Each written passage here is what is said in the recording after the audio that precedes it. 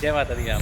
जय माता दी, जय श्री कृष्ण। इस साल कैसे रहने वाला है, क्या होने वाला है? इस बार जो माता रानी आ रही है वो गज यानी कि हाथी पर विराजमान होकर आ रही है और माता रानी का हाथी पर आना सुख, संपत्ति, ऐश्वर्य में वृद्धि होना दिखाता है, लेकिन साथ ही साथ में बाढ़ जैसी परिस्थितियां, अत्यधिक बारिश होना ये भी दिखाता है। पंजाब में 37 साल बाद तबाही आई है।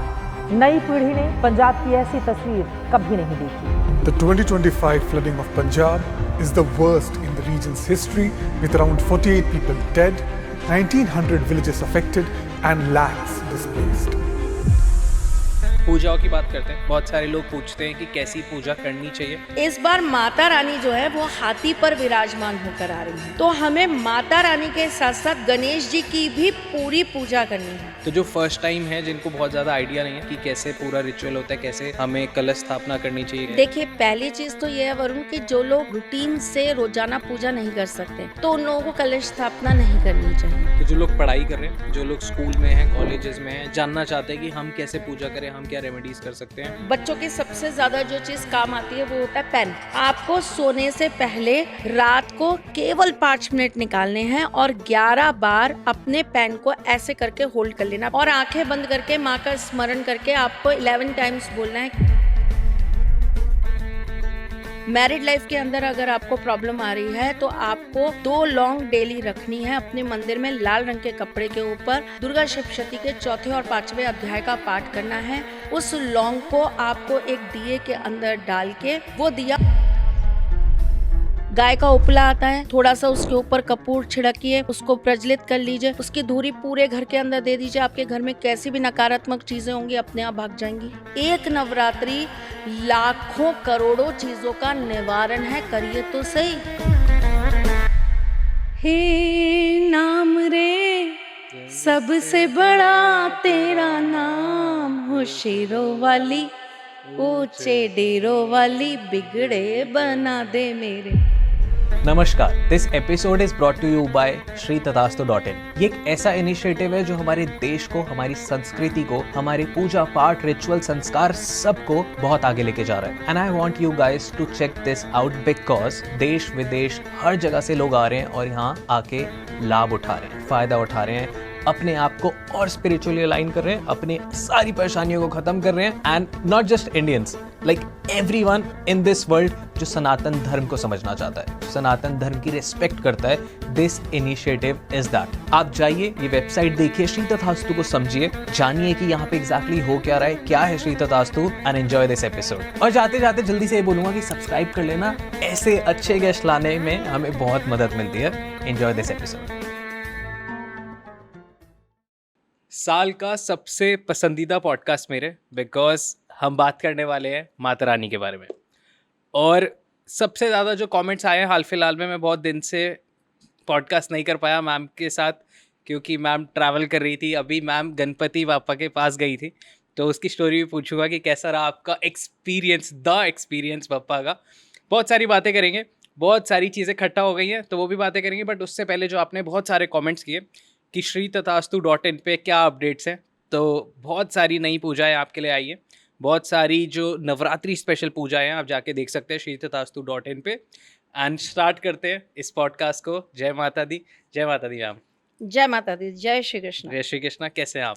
बहुत बढ़िया, फर्स्ट कहाँ क्लास। थे आप? आपके दिल में। वो तो हमेशा ही, बट इन पर्सन कहाँ थे आप? देखो वरुण, अगर हम किसी भी चीज़ को ऐसा बोलें कि वरुण मेरी लड़ाई हो गई, वरुण और मेरे बीच में द्वंद्व हो गया, वरुण मुझसे नाराज़ हो गया इसलिए वरुण अब मेरे साथ पॉडकास्ट नहीं कर रहा, त्रिशला मैम अब वरुण के साथ कभी पॉडकास्ट नहीं करेंगे। तो जब 2 लोग एक साथ बहुत रेगुलर दिखते हैं और फिर वो अचानक से दिखना बंद कर देते हैं तो बहुत सारी गॉसिप्स मार्केट में आती हैं। हाँ। तो लेकिन अगर हम थोड़ा सा संशोधन करें, जो पुराने बच्चे हैं जो हमसे बहुत सालों से जुड़े आए हैं, उनको बहुत अच्छे से ये पता है कि जन्माष्टमी से महीना भर पहले और जन्माष्टमी के महीने भर बाद मैम पता नहीं कौन सी दुनिया में गायब हो जाती हैं। हाँ। और वो सिर्फ उस समय एक ही जने की ड्यूटी बजा रही होती है, वो है ठाकुर जी। बस वो सिर्फ अपने ठाकुर जी के ही पास होती हैं और उन्हीं के लिए जो करना होता है वो करती हैं। मैं ये तो नहीं कहूँगी, आप लोगों के प्यार ने, आप लोगों के मन ने, आप लोगों की आत्माओं ने, आप लोगों की आँखों ने मुझे एक बहुत बड़ा कृष्ण भक्त बनाया है। मैं कितनी बड़ी कृष्ण भक्त हूँ ये तो मैं नहीं जानती, और शायद मुझे ऐसा लगता है मैं तो कुछ भी नहीं हूँ, मुझसे ज़्यादा बहुत लोग करते हैं। मुझसे बहुत अथाह का प्रेम लोग ठाकुर जी से करते हैं, पर आप लोगों को ऐसा लगता है कि मैं बहुत करती हूँ, तो उसके लिए सहृदय धन्यवाद। जन्माष्टमी थी, जन्माष्टमी के बाद जन्माष्टमी की थकान थी, फिर राधा अष्टमी थी, फिर गणपति जी आने थे, वो विराजमान हुए, फिर वो सारा जो एक त्योहारों का क्रम आ जाता है। और जन्माष्टमी के बाद जब वो जो प्रसाद वितरण और सारी चीज़ें जब सबके यहाँ पहुँचाने का काम होता है ना, वो बड़ा हमारे लिए बड़ा काम हो जाता है बजाय जन्माष्टमी के। तो बस उन्हीं सब चीज़ों में व्यस्त थी। फिर इस बार तो सौभाग्य मिल गया, जैसे आपने बताया कि लाल बाग के राजा ने बुला लिया और उनके चरण दर्शन हुए, वहाँ बॉम्बे चले गए हम। तो यही सारी चीज़ों में बस थोड़ा थोड़ा व्यस्त थी। अब जैसे ही वापस लगा कि नहीं, अब वापस आ जाना चाहिए अपने बच्चों के पास, अब उन्हें ज़रूरत है, अब वो चाहते हैं कि त्यौहार चालू हो गए और हम उनको कुछ नया नया देते रहें। एट योर सर्विस सर, वापस आ गए। आजकल मैं मैम को न्यूज़ में देख रहा हूँ, थैंक यू वहाँ सो भी मच, छाए हुए आप, धन्यवाद। तो आप देख सकते हैं जाके, बहुत सारे चैनल्स पे मैम आपको दिखेंगी। एंड कंग्रेचुलेशंस, मेरे को बहुत अच्छा लगा, बहुत अच्छे लग रहे थे उस पर। थैंक यू, सो या आज भी बहुत अच्छे लग रहे हो। धन्यवाद। ठीक है, अब तो मैं तारीफ करने लग गया हूँ। हाँ, ठीक तो है, बहुत ठीक अच्छा है। बच्चा हो गया। ओके, सो हम बात कर रहे हैं माता रानी के बारे में, और लास्ट टाइम जो हमने बात की थी इसी पॉडकास्ट में, हम यहीं बैठे थे, तो आपने बताया था कि इस बार के नवरात्रे में जो माता रानी आ रही हैं वो डोली पे सवार होकर आ रही हैं, और ये बहुत अच्छा संकेत नहीं होता, थोड़ा सा अशुभ होता है। और जो आपने चीज़ें बोली थी वो सारी चीज़ें घटी आने वाले साल में, और हम लोगों ने उसको, हम रीशेयर कर देंगे, एडिटर्स वो दिखा देंगे, वो क्लिप भी दिखा देंगे। इस बार जो नवरात्रे हैं उसमें माता रानी जो हैं वो डोली की सवारी में, यानी कि पालकी में आ रही हैं। ओके। और माँ का डोली में आना या पालकी में आना अच्छा नहीं माना जाता, शुभ नहीं माना जाता। ओके। ऐसा कहते हैं कि ये देश के लिए और ब्रह्मांड के लिए थोड़ा सा नकारात्मक होता है। प्रकृति आपको बहुत सारी आपदाएं देती है, युद्ध की स्थितियां बनती हैं। इस साल कैसे रहने वाला है, क्या होने वाला है, एंड एवरीथिंग। देखो वरुण, पहली बात तो ये है कि मैं बताने वाली कौन होती हूँ। ये सारी चीज़ें हमारे ग्रंथों में, हमारे शास्त्रों में ऑलरेडी लिखी हुई हैं कि कौन से दिन माँ कौन सी सवारी पर विराजमान होकर आती हैं। नवरात्रि जिस दिन से चालू होते हैं उस वार पर माँ की सवारी क्या होगी, ये तो ऑलरेडी लिखा हुआ है। इसमें कुछ नया या कुछ अद्भुत मैं नहीं बता रही हूँ, बस ये है कि मैंने पढ़ा हुआ है तो मैं आप तक पहुँचा दे रही हूँ उस चीज़ को। तो जब पिछली बार माँ डोली पे आई थी तो लोगों ने बड़े सारे कमेंट्स किए थे, हाँ माता रानी ने इनको पर्सनली फ़ोन किया होगा, माता रानी ने इसके कान में आके बताया होगा, ये उनकी पर्सनल पीए होगी। अरे भाई, मेरा सौभाग्य है आप लोगों के, अगर बैड कमेंट्स में भी आप इतनी अच्छी दुआ दे रहे हो कि मैं माता रानी की पर्सनल पीए बन जाऊं, माता रानी मुझे डायरेक्ट फ़ोन करे, तो इससे बड़ा और क्या सौभाग्य हो सकता है एक भक्त का कि उसकी माँ एक बच्चे को खुद फ़ोन करके बता रही है कि बेटा मैं आ रही हूँ। तो इससे अच्छा तो कुछ नहीं हो सकता। तो मेरा उस समय भी बताने का केवल यही उद्देश्य था। ना हम आपको डराना चाहते हैं, ना हम आपको किसी तरह की कोई गलत चीज़ बताकर भ्रमित करना चाहते हैं। हम सिर्फ आपको वो बता रहे हैं जो हमारे शास्त्रों के अंदर ऑलरेडी लिखा हुआ है और जो ये बताता है कि इससे हमें क्या संकेत मिलेंगे आने वाले सालों के अंदर। मतलब एक साल के अंदर हमारे साथ क्या क्या घटित हो सकता है। तो अब इस बार जो माता रानी आ रही है वो गज यानी कि हाथी पर विराजमान होकर आ रही हैं। ओके। और माता रानी का हाथी पर आना सुख, संपत्ति, धन, वैभव, ऐश्वर्य में वृद्धि होना दिखाता है। अरे वाह। लेकिन साथ ही साथ में पानी या पानी से रिलेटेड किसी चीज से दिक्कत, बाढ़ जैसी परिस्थितियां, अत्यधिक बारिश होना, ये भी दिखाता है। ये तो अभी हो ही रहा है। ये हो रहा है और ये आने वाले टाइम में और होगा। अभी इतना सीवियर है, पंजाब हो गया या अभी देहरादून, उससे पहले, और ये सब हो ही रहा है। मैंने आपसे क्या कहा, इस साल से अभी से चालू होके अगले साल तक के बीच का बता रही हूँ मैं आपको। ये तो पिछला है। पिछले में मैंने आपको बताया था प्राकृतिक आपदाएं आएंगी, आग बहुत ज्यादा लगेगी जगह जगह, है ना, दुर्घटनाएं होंगी, अकस्मात दुर्घटनाएं होंगी। माँ का डोली में आना यही सारे अशुभ संकेत बताता है, लेकिन चूंकि यहाँ पर शुभ संकेत ज्यादा हैं, सुख, संपत्ति, वैभव, कीर्ति, धन, संपदा में वृद्धि, तो इसका मतलब ठीक है, पानी अत्यधिक बरस सकता है, बारिश हो सकती है, लेकिन ऐसी स्थिति नहीं होगी कि फसलें ना हो या फसलें उजड़ जाएं, राइट, है ना। हम जब ज्योतिष को प्रकृति के साथ जोड़ते हैं तो हमारी असली धन क्या है, समृद्धि क्या है, हमारी अच्छी फसल का होना, हम उसी से सुख समृद्धि मानते हैं अपनी, है ना। तो अच्छी फसल होना, सुख बढ़ना, इसका मतलब कोई अच्छी चीजें होना, ये सारी चीजें इस बार होंगी ही होंगी। लेकिन चूंकि नवरात्रि 22 तारीख से, मतलब 21 तारीख की रात्रि से चालू हो रही है, तो हम लेकिन उदित में मानेंगे तो 22 से मानेंगे, ठीक है। तो 22 तारीख से जो हमारी नवरात्रि स्टार्ट हो रही है, उससे ठीक एक दिन पहले अमावस्या पे ग्रहण लग रहा है, सूर्य ग्रहण। और पितृपक्ष में पूर्णिमा पर ऑलरेडी चंद्र ग्रहण लग चुका। हाँ। तो चंद्र ग्रहण और सूर्य ग्रहण एक ही साथ 15 दिन के अंतराल पर आ गया, वो भी पितृपक्षों में ही आ गया।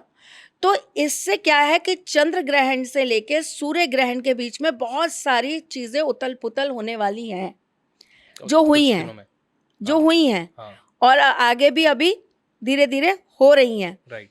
लेकिन जैसे ही सूर्य ग्रहण आएगा और सूर्य ग्रहण के बाद माँ गज पर विराजमान होकर आएंगी, हाथी पर विराजमान होकर आएंगी, तो ये एक शुभ संकेत हो जाएगा और ये ग्रहण हमारे लिए उतना कठिन, कठोर और हमारे लिए विपरीत परिस्थितियों वाला नहीं होगा।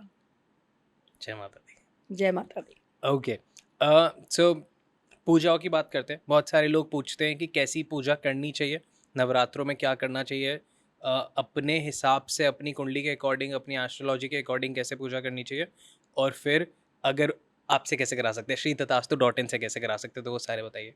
देखिए, श्री तथा अस्तु पे आप जाइए और वहां पर जाकर आप पहले तो सारी की सारी पूजाओं को देखिए, फिर कौन सी पूजा आपसे रिलेटेड है, आपकी कौन सी समस्याओं का समाधान करती है, उसके बारे में थोड़ा सा आप संशोधन करिए। अगर आपको कहीं कोई दिक्कत आती है तो वहाँ पर हेल्पलाइन नंबर है, वहाँ पर कॉल करेंगे या मैसेज करेंगे तो आपको वहाँ से आंसर मिलेगा और आपकी हेल्प होगी।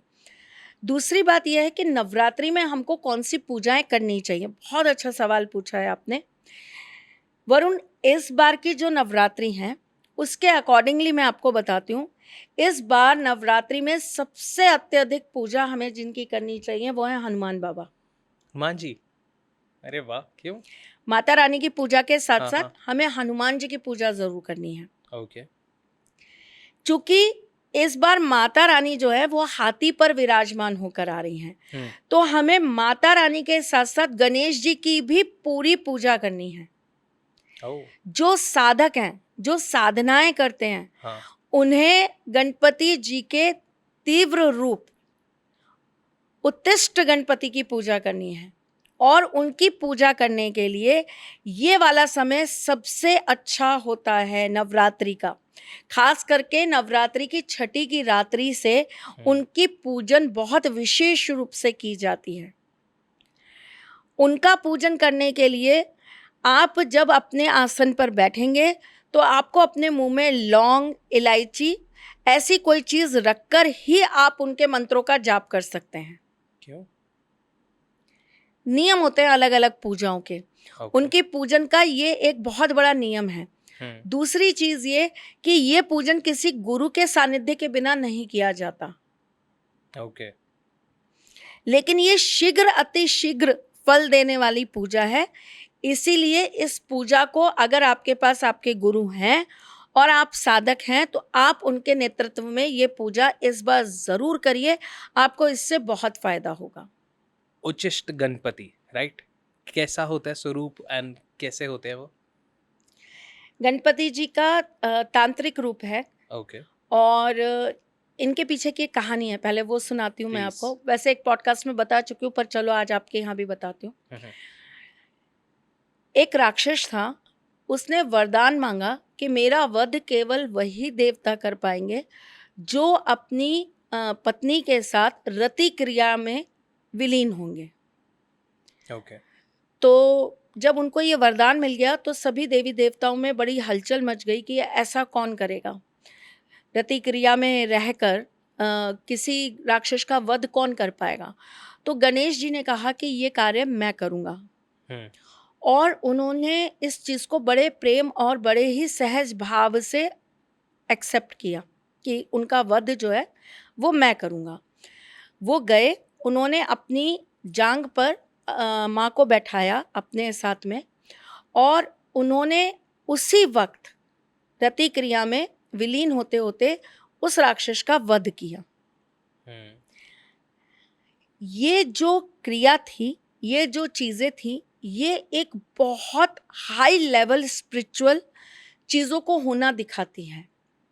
ये दिखाती है कि जब व्यक्ति का ध्यान, जब उसकी चीज़ें केंद्रित हों, तो उसके लिए ये मायने नहीं रखता कि वो कहाँ है, किस अवस्था में है, उसको केवल अपना लक्ष्य दिखाई देता है, भटकता नहीं है। तो ये वो गणेश जी का पूजन है जहाँ एक तो व्यक्ति को बहुत जल्दी रिजल्ट्स मिलते हैं और ये बहुत जल्दी प्रसन्न हो जाते हैं, परंतु ये इतना आसान नहीं है कि आप उनकी पूजा, उनकी साधना सरलता से कर पाएं। इन्हें करने के नियम बहुत कठिन है, और ये बिना गुरु के नेतृत्व के उनकी पूजन नहीं किया जाता, उनकी साधना नहीं की जाती। उनकी साधना के अंदर ये सबसे पहला नियम होता है कि आपका मुंह झूठा होना चाहिए, तभी आप मंत्रों का जाप कर सकते हैं। तभी आपने कहा कि लौंग या कुछ खाना चाहिए, मुंह में रख के पूजा करनी चाहिए। इस चीज को अगर हम दूसरे तरीके से समझें, तो ये एक तरीके से आप एक चीज को समझिए, गणेश जी की उत्पत्ति कैसे हुई, गणेश जी का जन्म कैसे हुआ, उनकी माता के उससे महल से। तो आप एक चीज सोचिए वरुण, कि जिस चीज को हम अपने शरीर पर रहने नहीं देते, जिसे हम अपने शरीर से निकाल देते हैं, एक उपटन बनाया गया, उस उपटन को शरीर पे लगाया गया और उसके साथ में वो मैल पूरा अपने शरीर का निकाल दिया गया, यानी कि वो चीज जो हमारे शरीर के लिए व्यर्थ है, उस व्यर्थ चीज से, उस खराब चीज से भी जिनकी उत्पत्ति हुई वो गणपति जी हैं, जो हमारे प्रथम पूज्य देव हैं। ठीक, तो ये कहीं ना कहीं गणेश जी का ये कहानी और गणेश जी का ये रूप ये दिखाता है कि इस पूरे ब्रह्मांड के अंदर कोई भी चीज त्यागने लायक नहीं होती, बेवजह नहीं होती। डीप। त्यागी हुई चीज का भी कहीं ना कहीं कोई ना कोई उपयोग होता है। नाइस। है ना, अगर आप उसको सदुपयोग कर सके तो।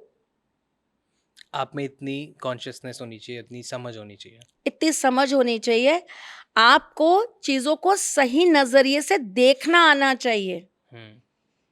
अब हंसी उड़ाने वाले, इस बात का अर्थ का अनर्थ निकालने वाले ये कहेंगे, अरे ये क्या बात हुई कि वो रति क्रीड़ा में थे और जाकर वो युद्ध लड़ रहे थे। आप अगर इस चीज की गहराई को समझेंगे, अगर आप इस चीज के महत्व को समझेंगे, तो आपको समझ में आएगा कि उनका रति क्रिया में होना, वो होना ना होना एक के बराबर था, क्योंकि उसके पीछे एक पर्पस था। और हमारे जीवन का भी एक पर्पस है, जिसकी वजह से हमने जन्म लिया है, जिसकी वजह से हम इस दुनिया में आए हैं, जिसकी वजह से ठाकुर जी ने हमको सांसें दी हैं, जिसकी वजह से हम इतने पढ़े हैं, जिसकी वजह से हमारे अंदर ये सोच आई है। तो हमें अपने उस पर्पस से कभी भटकना नहीं चाहिए। हमें अपने अंदर की उन चीज़ों को हमेशा सही पॉजिटिव वे में, सही राह में लेकर जाना चाहिए। हमें किसी के कहने पर, हमें किन्हीं की बातों में आकर, हमें किसी के द्वारा दिखाए गए गलत मार्ग पे जाने से पहले अपनी अंतरात्मा से ये पूछना चाहिए कि सही क्या है।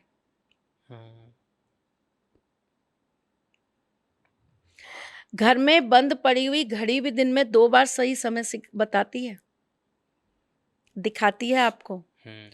तो आपको हमेशा इन छोटी छोटी बातों पर फोकस करना चाहिए। आपको गलत में से भी सही निकालना आना चाहिए। सही में से गलत तो बहुत लोग निकाल लेते हैं, माहिर होते हैं उस काम में, राइट, है ना। लेकिन गलत में से भी आप कुछ सीख जाएं, ये आपको यहाँ पर गणपति जी से सीख लेनी चाहिए।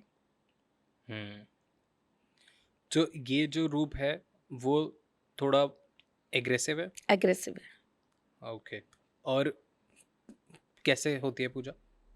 ये तो गुरु के सानिध्य में गुरु से पूछकर ही होती है। ऐसे अगर मैं बताऊंगी और लोग प्रैक्टिस करेंगे तो वो गड़बड़ हो जाएगी। ओके, आपने बताया कि हनुमान जी, पर ये तो सिर्फ साधकों के लिए है ना। हाँ, नॉर्मल जो गृहस्थ लोग हैं या नॉर्मल जो लोग हैं जो इस समय नवरात्रे इस बार रखेंगे, तो वो गणेश जी के सौम्य रूप की पूजन करें। अगर आप माता रानी का पाठ कर रहे हैं या माता रानी के जाप कर रहे हैं, तो आप गणेश जी का भी पाठ जरूर करें।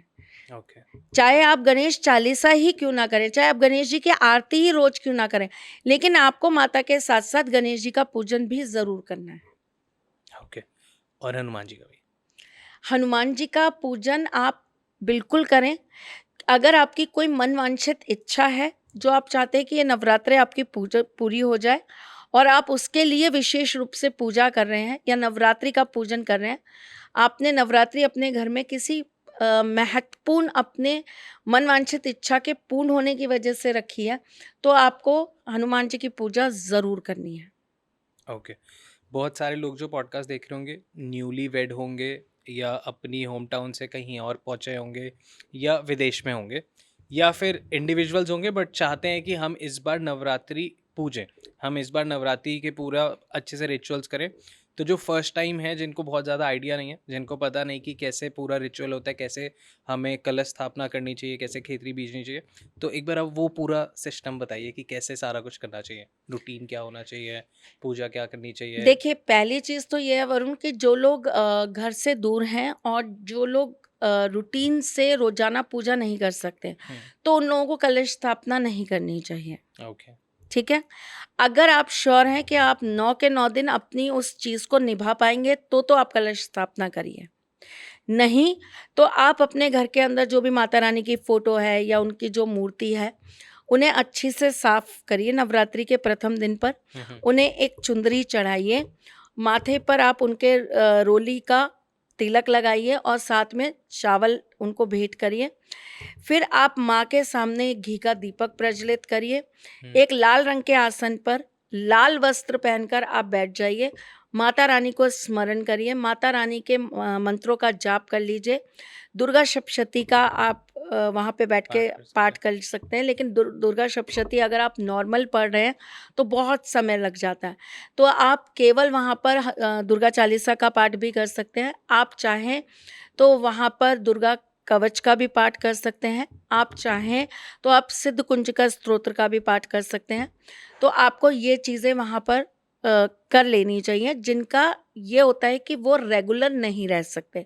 अब घर में एक या दो ही जने हैं, एक की ड्यूटी का टाइम बड़ा अजीब है, दूसरे को ये है कि कहीं मेरे पीरियड्स ना आ जाएं, बीच में मेरी पूजा खंडित हो जाएगी, फिर कौन करेगा रोजाना कलश की पूजा, कैसे होगा। तो अगर आप नियम पाल सकते हैं तो करिए, नहीं पाल सकते हैं तो छोड़ दीजिए। फिर भी अगर आपका मन है कि नहीं हमें तो कलश स्थापना करवानी ही है, हमें तो रेगुलर रूप पे माँ का पूजन करवाना ही है, हम घर में नहीं कर सकते, तो आप आसपास अपने कोई मंदिर देख लीजिए, आप अपने नाम से वहाँ पर कलश स्थापना करवा सकते हैं।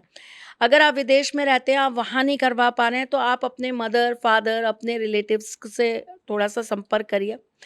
आप हमारे shritatastu.in पे भी संपर्क कर सकते हैं और आप अपने नाम का कलश स्थापना उनके द्वारा या हमारे द्वारा भी करवा सकते हैं। तो उसमें नियमित रूप से आपके कलश पूजन होगा, नियमित रूप से आपका वहाँ पर पाठ होगा। ये सारी चीज़ें आप इस तरह भी कर सकते हैं अगर आप अपने घर में किसी कारणवश नहीं रख पाते तो। ठीक है, एक तो ये तरीका हो गया। दूसरी चीज़ ये, अगर आप अपने घर के अंदर पूजन करना चाहते हैं नवरात्रि का, तो बहुत सिंपल तरीका होता है। आपको एक लाल रंग का पट्टा रख लेना है, एक चौकी रख लेनी है, उसके ऊपर माता रानी की एक तस्वीर रख लीजिए जिसके अंदर माँ के 9 स्वरूप होते हैं। है ना। ओके। उनके आगे आपको एक चावल की एक साबुत, खंडित नहीं होने चाहिए चावल, साबुत चावल का आपको एक ढेर बना देना है। उसके ऊपर आपको कलश स्थापना करनी है। कलश मिट्टी का होगा। इस मिट्टी के कलश के अंदर आप एक सिक्का डालेंगे, एक हल्दी की गांठ डालेंगे, एक सुपारी डालेंगे, पुष्प या पुष्प की पत्तियां डालेंगे, थोड़ा सा गंगा जल डाल देंगे, ठीक है। रोली चावल आप इसी के अंदर पूजा करके डाल देंगे और इसके ऊपर आप एक लाल कपड़े में बांध के पानी वाला जटा वाला नारियल इस कलश के ऊपर रख देंगे, ठीक है। उसके बाद में आप इसका पूजन करेंगे। आप 7 टीके लगाएंगे और आप इसका पूजन करेंगे।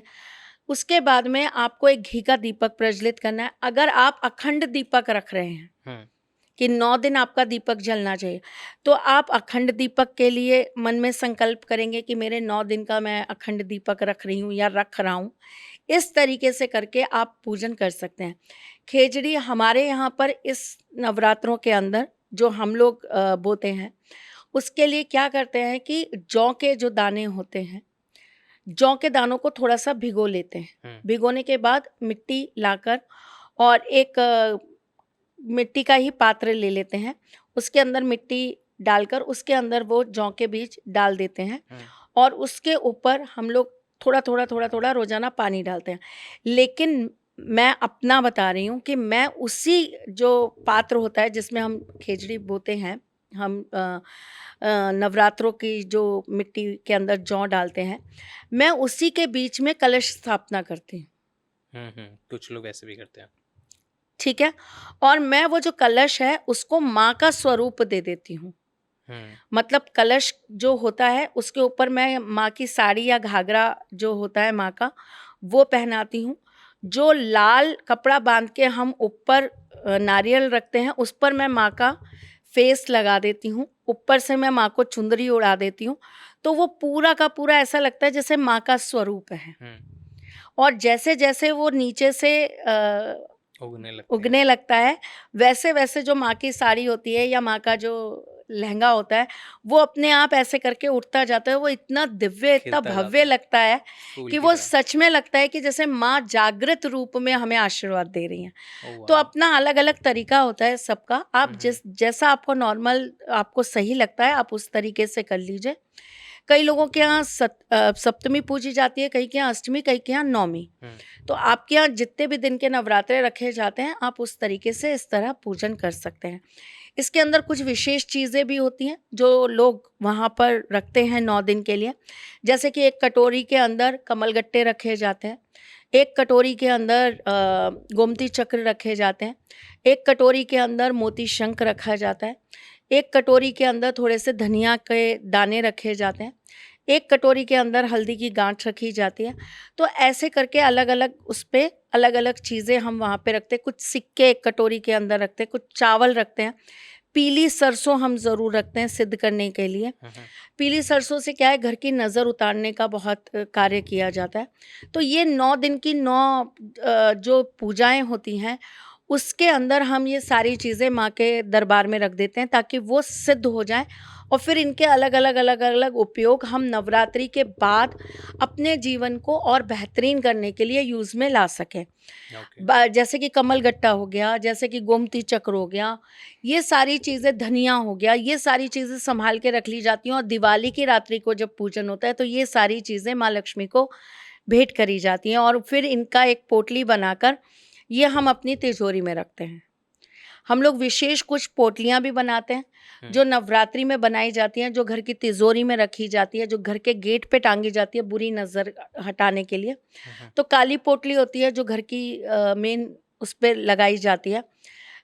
लाल पोटली होती है जो तिजोरी में सिद्ध करके रखी जाती है। पीली पोटली होती है जो बच्चे विद्या प्राप्त करना चाहते हैं, जो पढ़ाई में आगे बढ़ना चाहते हैं, उनके लिए बनाई जाती है। तो इस तरीके से नवरात्रि में बहुत सारी चीज़ें सिद्ध करने का कार्य होता है। इत्र सिद्ध किया जाता है, चंदन सिद्ध किया जाता है, सिंदूर सिद्ध किया जाता है, जिसको हम अपने मस्तिष्क पे लगाते हैं अपनी आप को काम डाउन करने के लिए, अपने आप को कूल रखने के लिए, अपने व्यक्तित्व में और निखार करने के लिए, अपना खुद का और ज़्यादा अट्रैक्शन और आकर्षण बढ़ाने के लिए।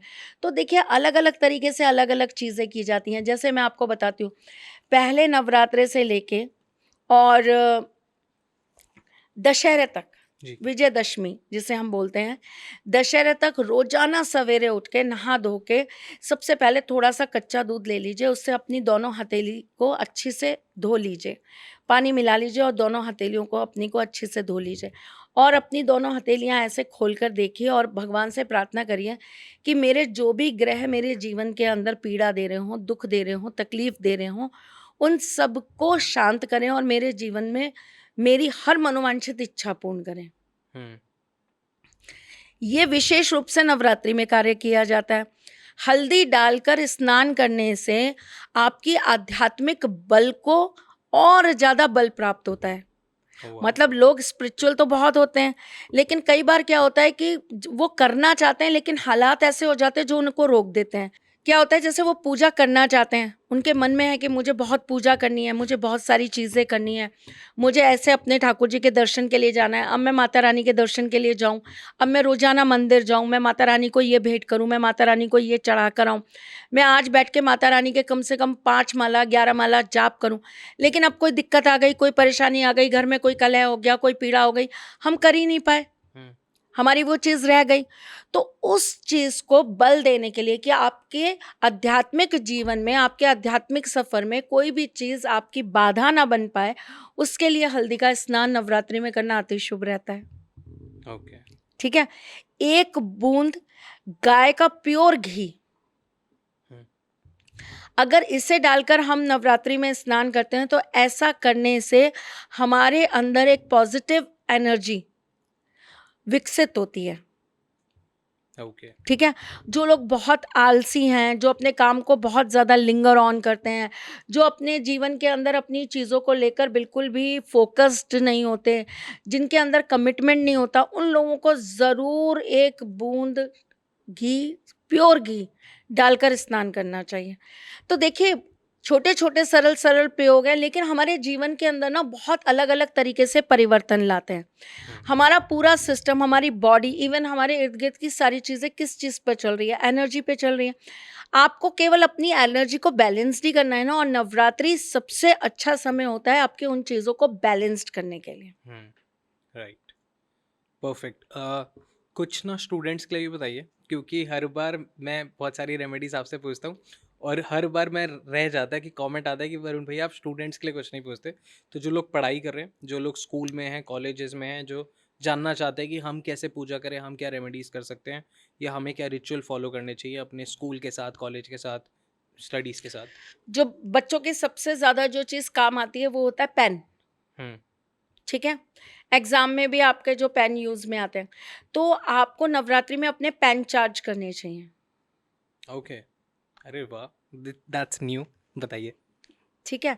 आपको नवरात्रि के अंदर अपनी कॉपी किताबें जो होती हैं, हाँ। उनको माँ का आशीर्वाद दिलवाना चाहिए। ओके। ठीक है।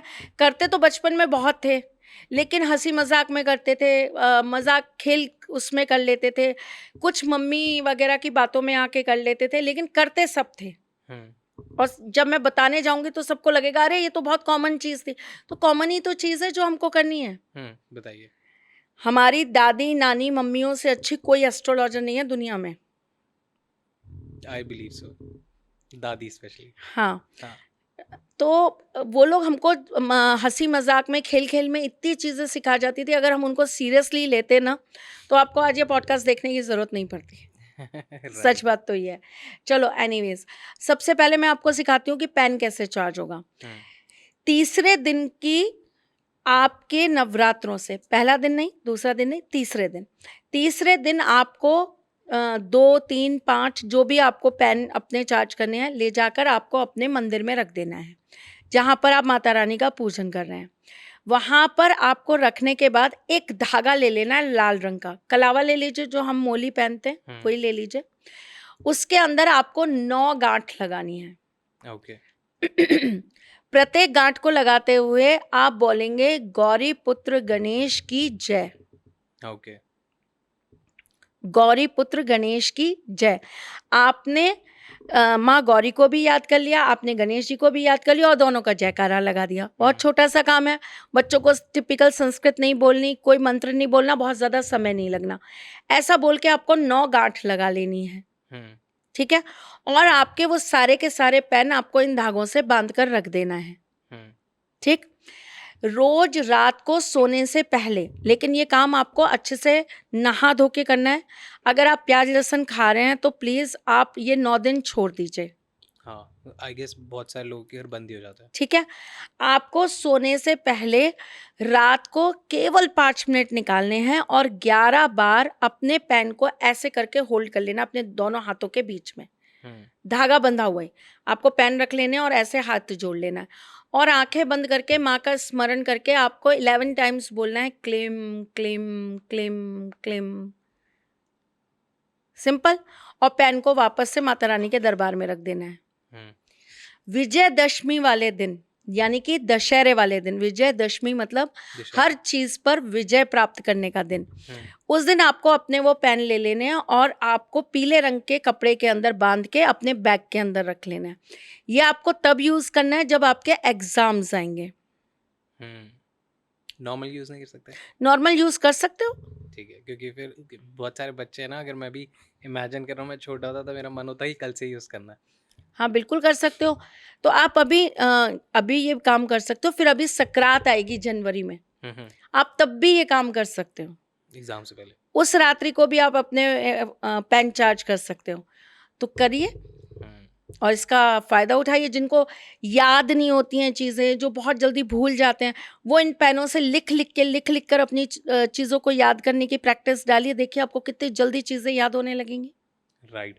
Also adding on, I feel कि ये सिर्फ एक एस्ट्रोलॉजिकल या स्पिरिचुअल वे ही नहीं, जब हम ये सारी चीज़ें करते हैं प्रैक्टिस, तो हमारा एक कनेक्शन वैसे ही बन जाता है। हाँ बिल्कुल बन तो जाता वो है। भी बहुत एनहांस करता है आपकी तो बेटा productivity और इन सारी एस्ट्रोलॉजी चीज़ों में। या ये उपाय या ये प्रयोग, ये सारी चीज़ें क्या करती है? ये आपको सिर्फ आपके डिवाइन कनेक्शन के साथ जोड़ने का ही तो काम करती हैं। और आपका सेल्फ बिलीफ बढ़ा देती है। आपके अंदर की ऊर्जा को बढ़ा देती है, आपके एनर्जी सिस्टम को बैलेंस कर देती है, आपको स्टेबल कर देती है, आपके माइंड को स्टेबल कर देती है, आपके अंदर से नेगेटिव चीज़ों को बाहर निकाल के फेंक देती है। तो एक एस्ट्रोलॉजिकल प्रयोग या एक एस्ट्रोलॉजिकल जो भी चीज़ें हैं, एस्ट्रोलॉजी रिलेटेड जितने भी आपकी लाइफ की रेमेडीज़ हैं, वो केवल आपको एक बेहतर और सशक्त व्यक्ति तो बना रही हैं। आपको और अच्छा मैनिफेस्टेटर बना रही है, बिल्कुल आपको और अच्छा थिंकर बना रही है, बिल्कुल। और अपनी हर चीज से कनेक्ट करा रही है। बिल्कुल। Right, okay. तो मैं बात कर रही थी कॉपी किताबों की। जी। तो जो आपकी बुक्स हैं, खास करके जो आपके बहुत हार्ड पेपर्स हैं, जिनको आपको लगता है कि यार ये तो बहुत डिफिकल्ट है, पढ़ाई भी नहीं पढ़े जाते, मैथ्स। आप क्या अपना मुझे मैथ्स बहुत इजी लगता था। कमेंट करके बताओ आपको कौन सा सब्जेक्ट मुश्किल लगता है। मेरे लिए मैथ्स था जी। मेरे लिए बहुत इजी था मैथ्स। तभी आप एस्ट्रोलॉजी अच्छे हो। इस पे भी गणित ही तो है, कहाँ यहाँ जोड़ना है। मुझे सबसे ज्यादा नींद जिस सब्जेक्ट में आती थी ना, वो था ज्योग्राफी। नहीं, वो मेरे को अच्छा लगता था, उससे जानने को मिलता था। बाकी तो मुझे सब बहुत पसंद है, लेकिन मुझे ज्योग्राफी में बहुत नींद आती थी। तो आपको जो भी डिफ़िकल्ट लगती हैं अपनी किताबें, जो आपको लगता है कि ये बिल्कुल याद नहीं होती, बहुत जल्दी अंदर हमारे वो नहीं होती, तो आप क्या करिए कि आप मोर पंख ले लीजिए। अगर आपके पास 5 सब्जेक्ट्स हैं, 4 सब्जेक्ट्स हैं, तो जितने सब्जेक्ट्स हैं, जितनी किताबें हैं, उतने मोर पंख ले लीजिए। उन मोर पंखों के ऊपर आपको 3 डॉट्स लगा देने हैं चंदन के। ओके। ठीक है, और आपको मंत्र बोलना है एम। ठीक है, महासरस्वती माँ को आपको स्मरण करना है, आपको माँ दुर्गा को स्मरण करना है और उनसे प्रार्थना करनी है कि हमारी विद्या का आशीर्वाद सदा सर्वदा हमारे सिर पर बना रहे। माँ हमें ऐसा आशीर्वाद दीजिए। ठीक है, ऐसा बोलकर आपको मोरपंख को अपने सिर से लगाना है और अपनी किताबों के अंदर रख लेना है। और आपको हर दिन, पहले नवरात्रे से लेके और दशमी वाले दिन तक, दशहरे वाले दिन तक आपको डेली 5-5 मिनट के लिए अपनी किताबें, मोरपंख उसके अंदर ही रखा रहेगा, वो आपको फर्स्ट डे करना है। आपको अपनी किताबें माता रानी के सामने रखनी है और डेली वहाँ बैठकर 11 बार एम मंत्र का जाप करना है। पर भाई उसके बाद किताबें खोलनी भी हाँ, मैं पड़ेंगी, भी उसी पे आने उसके वाला बाद पढ़ना भी पड़ेगा। ये नहीं कि बस मैम ने बता दिया था, हो उपाय गया। कर लिया, अब हम मेहनत ही नहीं करेंगे, अब हम कर्म ही नहीं करेंगे, अब हमें बस ऐसे ही बैठे बैठे लर्न हो जाएगा। तो भाई ऐसा तो कुछ नहीं होता। आपको पढ़ाई भी करनी पड़ेगी, आपको पूरा ध्यान भी अपनी पढ़ाई में देना पड़ेगा और फोकस भी करना पड़ेगा। और एक चीज ध्यान रखना, अगर आप माता रानी के सामने बैठकर विद्या का वरदान मांग रहे हैं ना, तो आपको माता रानी से ये प्रॉमिस भी करना पड़ेगा कि मैं अपने आप से भी पूरी तरीके से, पूरे डेडिकेशन से अपनी विद्या को अर्जित करने के लिए प्रयास करूंगा या करूंगी। पढ़ाई भी करनी है। ये नहीं कि वो किताबें उठा के फिर हमने अलमारी में पटक दी और हम दोस्तों के साथ घूम रहे हैं, मूवी जा रहे हैं, शॉपिंग जा रहे हैं, सब कुछ कर रहे हैं, लेकिन पढ़ाई नहीं कर रहे, तो फिर आप माता रानी को और रुष्ट कर लेंगे। तो पूछ लिया मैंने स्टूडेंट्स के लिए भी। ओके, मेरे को ऐसा लग रहा है मैं भी करूँगा ये पेन वाला तो हाँ क्योंकि बिल्कुल मेरे को करो। बहुत पसंद है लिखना। ओके, मेरे 90% हाथ के अंदर पेन रहता है। मेरे भी काम कर रहा हूँ नहीं कर रहा हाँ हूँ, बट हाँ पेन हमेशा रहेगा। बहुत सारे लोगों को अपनी मैनिफेस्टेशन पावर बढ़ानी है, कोशिश करते हैं मैनिफेस्ट करने की, बट कुछ दिन करते हैं फिर एक नेगेटिव थॉट आता है, वो हट जाता है। कुछ लोग बहुत रिचुअल के साथ फॉलो करते हैं कि सुबह उठ के पानी पीते हैं, उसमें कुछ बोल के पीते हैं, बट फिर एक सेल्फ डाउट आता है और वो हट जाता है। कैसे अपनी स्पिरिचुअल पावर्स के लिए आपने बताया, बट मैनिफेस्टेशन को कैसे बढ़ाएं, मैनिफेस्टेशन पावर कैसे बढ़ाएं और दिमाग को कैसे और ज़्यादा बढ़ाएं? नवरात्रि से आप अपनी दुर्गा सप्तशती के अंदर से पहला अध्याय, चौथा अध्याय और 10वें अध्याय का पाठ करना चालू करिए। ओके, अगर आप पूरा नहीं पढ़ पाते हैं तो पहला, चौथा और 10वां अध्याय पढ़ना स्टार्ट करिए। आपको अपने अंदर वो पावर आती हुई अपने आप दिखाई देने लगेगी। रात को सोने से पहले माँ दुर्गा को स्मरण करके आप कम से कम उनके मंत्र का 21 बार जाप करके सोइए। आपको वो पावर अपने साथ आती हुई दिखेगी। आपने पानी बोला तो पानी के लिए एक चीज़ बताती हूँ। जी।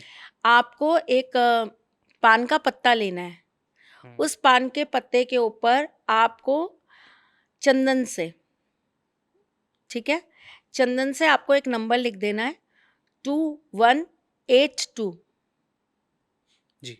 2182 और उसके नीचे आपको लिख देना है क्लिम। क्लेम। ठीक है, चंदन से लिखना है, पीले चंदन से। ओके, उसके बाद में आपको ये पान का पत्ता उस पानी के अंदर डाल के रख देना है। ये पूरे दिन आपको अपने मंदिर के अंदर रखे रखना है। शाम को आपको इसी पानी से, वो पान के पत्ते से आपको इसी पानी से अपने ऊपर 21 बार छिड़काव करना है, ऊपर से लेकर नीचे तक।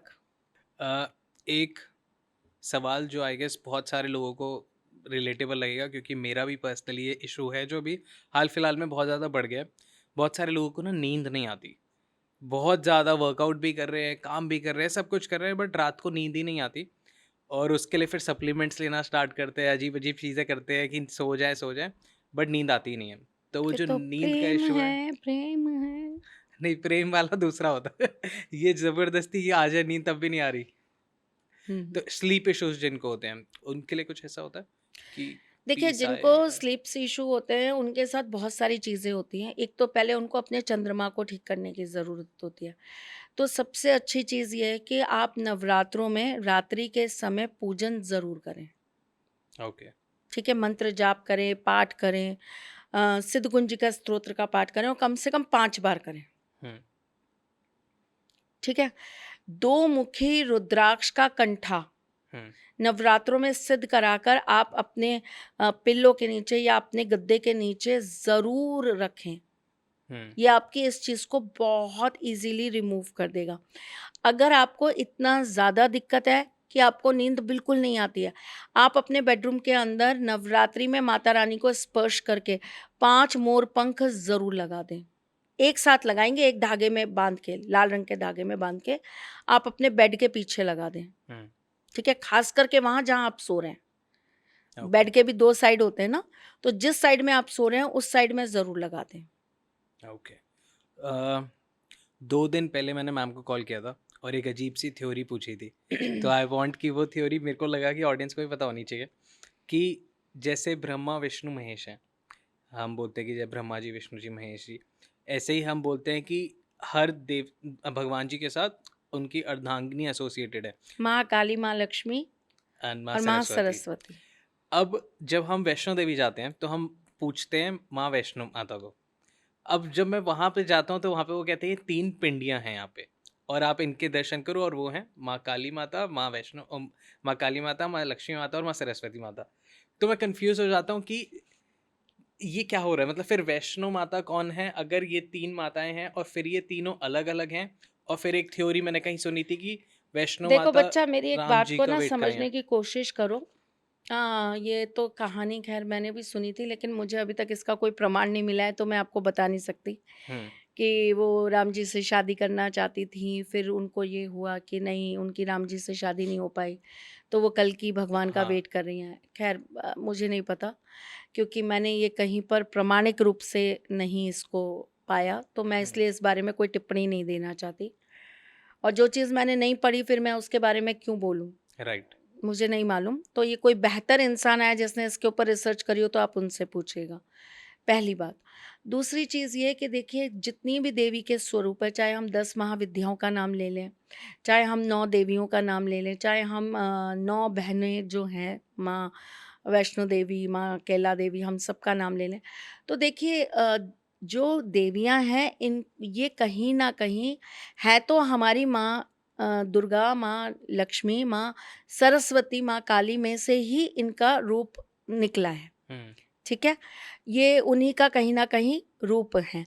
तो हम किसी को भी पूजें, है तो माँ, हम्म है तो माँ।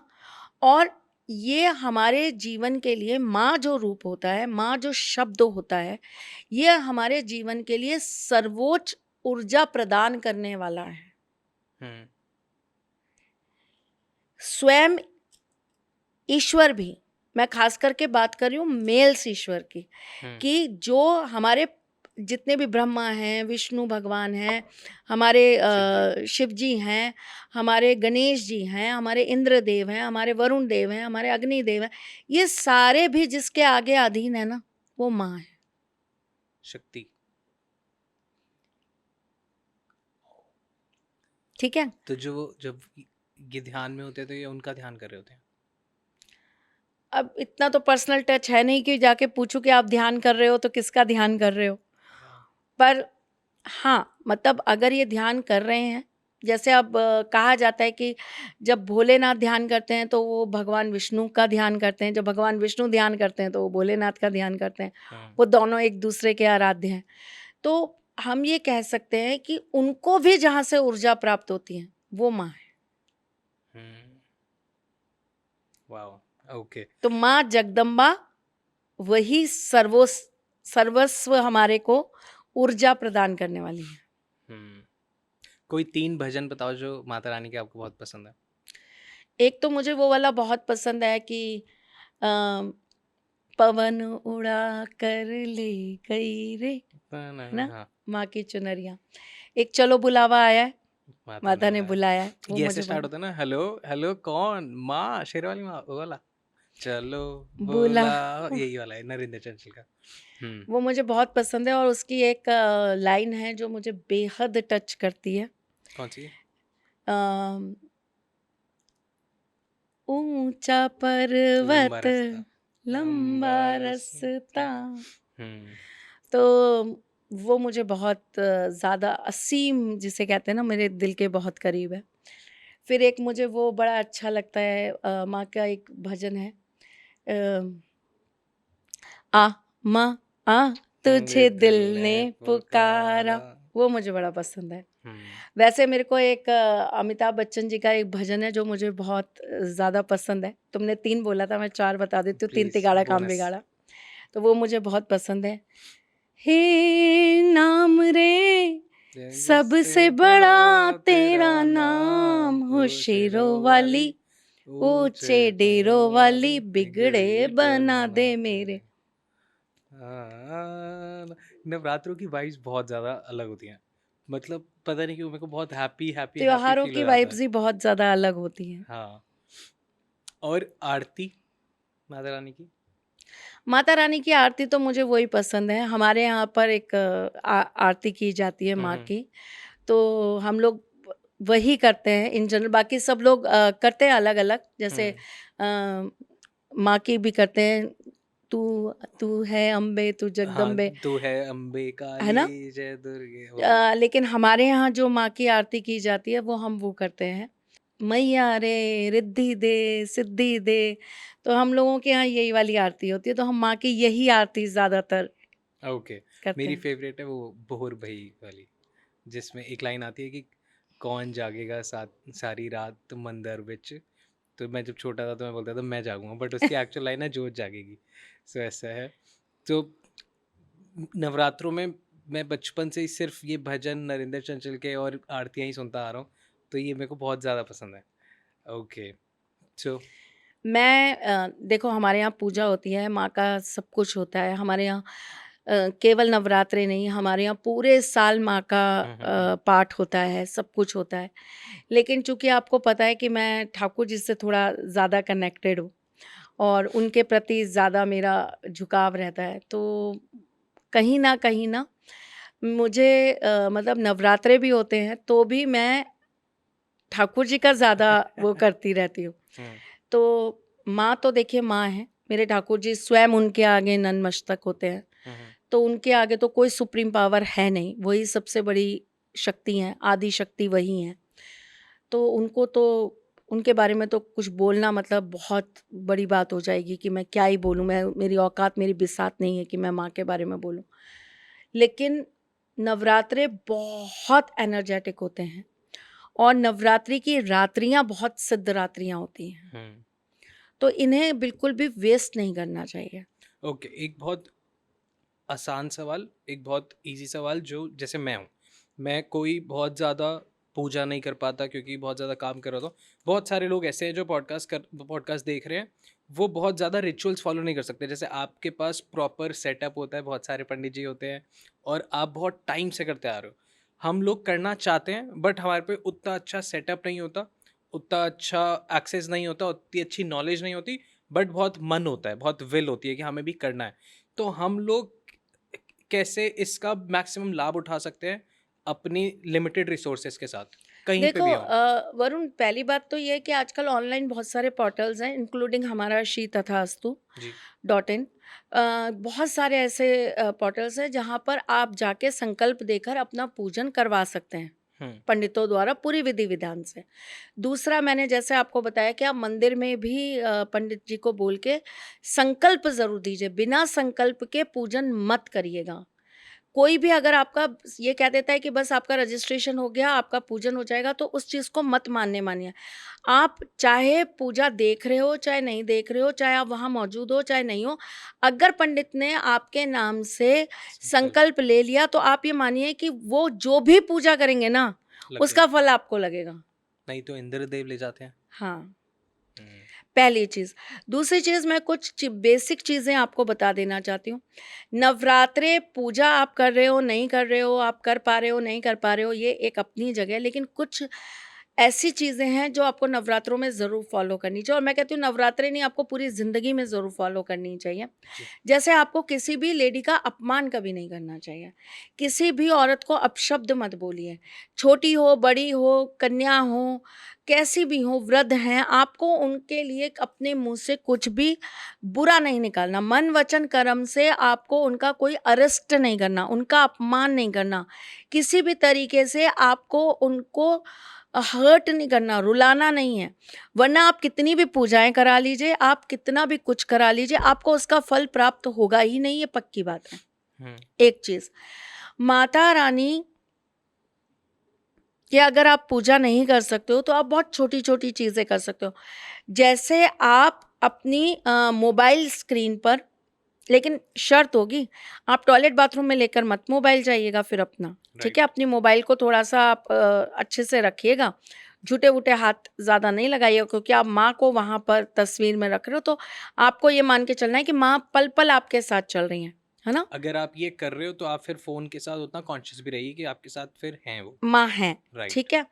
तो आप माता रानी की जो 9 स्वरूप हैं, उनकी फ़ोटो अपने मोबाइल के वॉलपेपर पे लगा के रखिए और उसके ऊपर आप लिखिए एम 2, क्लेम 1, एम 7, क्लेम 8। ये आप उसके ऊपर ज़रूर लिख कर रख लीजिए। तो ऐसा करने से आपकी जो चीज़ें हैं या आप जो एक अपना माँ के साथ संपर्क चाह रहे हैं, अगर आप पूजा नहीं कर पा रहे, आप पाठ नहीं कर पा रहे, आप लंबी लंबी देर तक बैठ के पूरे अनुष्ठानों में भाग नहीं ले पा रहे हैं, तो आपका इतना करने से भी ना माता रानी का संपर्क आपके साथ रहेगा। अगर आप मोबाइल में नहीं कर सकते, आपको पता है भाई मोबाइल सारे टाइम हाथ में रहता है, कभी भी यूज़ करना पड़ता है, कुछ भी करना पड़ता है, तो आप एक माता रानी की तस्वीर अपने पर्स में रख लीजिए, सेम इसी तरीके से। अपने मंदिर में लगा लीजिए, सेम इसी तरीके से। अपने घर के हॉल में लगा लीजिए, सेम इसी तरीके से। आप माँ को अपनी रसोई में विराजमान कर लीजिए। लहसुन, प्याज, नॉनवेज नहीं चलेगा। शुद्धता के साथ माँ को विराजमान कर लीजिए। फिर देखिए कैसे नहीं माँ आपके साथ चलती। माँ तो माँ है। माँ को तो एक बार पुकारोगे माँ के नाम से तो माँ हृदय में वास कर जाती हैं। माँ आपके साथ चलने लगती हैं। माँ अपने बच्चों को आशीर्वाद देने लगती हैं। वो तो बहुत भोली हैं। उन्हें बुलाइए तो सही, कनेक्शन फील तो कराइए। राइट। आप कनेक्ट होंगे तो माँ तो अपने आप कनेक्टेड हैं। माँ तो दूर जाती ही नहीं कहीं, है ना? तो ये छोटी छोटी चीज़ें जो हमें मान लेनी चाहिए। देखिए मानेंगे तो भगवान है, नहीं मानेंगे तो कुछ भी नहीं है। और आपको नहीं मानने पर, कलयुग है, लाखों लोग ऐसे मिलेंगे जो आपको कहेंगे कि नहीं कुछ नहीं है, मत मानो। लेकिन ये आपकी आत्मा का अपने परमात्मा के साथ संबंध होना चाहिए कि आप ये कहेंगे कि आप कितना भी मना कर लीजिए, मैं तो मानती हूँ, मैं तो मानूंगी। राइट। जरा सी परीक्षाएं आती हैं, लोग ये कहना चालू कर देते, क्या कर लिया तुम्हारे भगवान ने, क्या हो गया, कौन सी पूजा पाठ तुम्हारी काम आ रही है, कौन सा तुम्हारा उपाय काम आ रहा है। अरे भैया, इतनी सी बात पे विश्वास डगमगा देंगे? सालों समर्पित किए ईश्वर को, इतनी सी बात पर छोड़ देंगे उनका हाथ? क्या पता वो यही देखना चाह रहे हो और मजबूती से पकड़ के खड़े हो जाएंगे, नहीं छोड़ेंगे। ऐसे थोड़े ना, राइट? तो थोड़ी सी चीज़ों को मानना पड़ेगा। जैसे मैं आपको एक बहुत छोटा सी बात बताती हूँ। आपके ही यहाँ पर किसी ने मुझसे सवाल किया था मेरे एक पॉडकास्ट को देख के कि 2025 में रह के ये मैम कुछ भी बोलती हैं और कहती हैं कि भूत होते हैं, पिशाच होते हैं, डाकनी होती हैं, शाकनी होती हैं, जिन्नात नहीं होते। आपके साथ तो बात करके लगता है होते हैं। नहीं नहीं, तुम अपनी मेरे मुंह देखेगा टीका मत करो। फील की होते हैं, क्योंकि हाई फील होते हैं, तभी तो डर क्यों लगता भाई है। साहब, होते हैं, होते हैं। जोर से बोलो, आवाज नहीं आ रही। आवाज नहीं आ रही भाई, हाँ या ना में कुछ तो बोलो। जिन तो होते हैं। अच्छा, तुम्हारे हिसाब से जिन होते हैं। क्यों भाई गौरव, होते हैं कि नहीं होते हैं? मैं ही हूँ। ठीक है, तो मैं आपसे एक सवाल पूछती हूँ सबसे, मुझे एक सवाल का जवाब दो। हनुमान चालीसा पढ़ते हो? क्यों पढ़ते हो? आज से पढ़ना बंद कर दो। हनुमान चालीसा में सबसे पहली चीज यही आती है, भूत प्रेत निकट नहीं आवे, महावीर जब नाम सुनावे।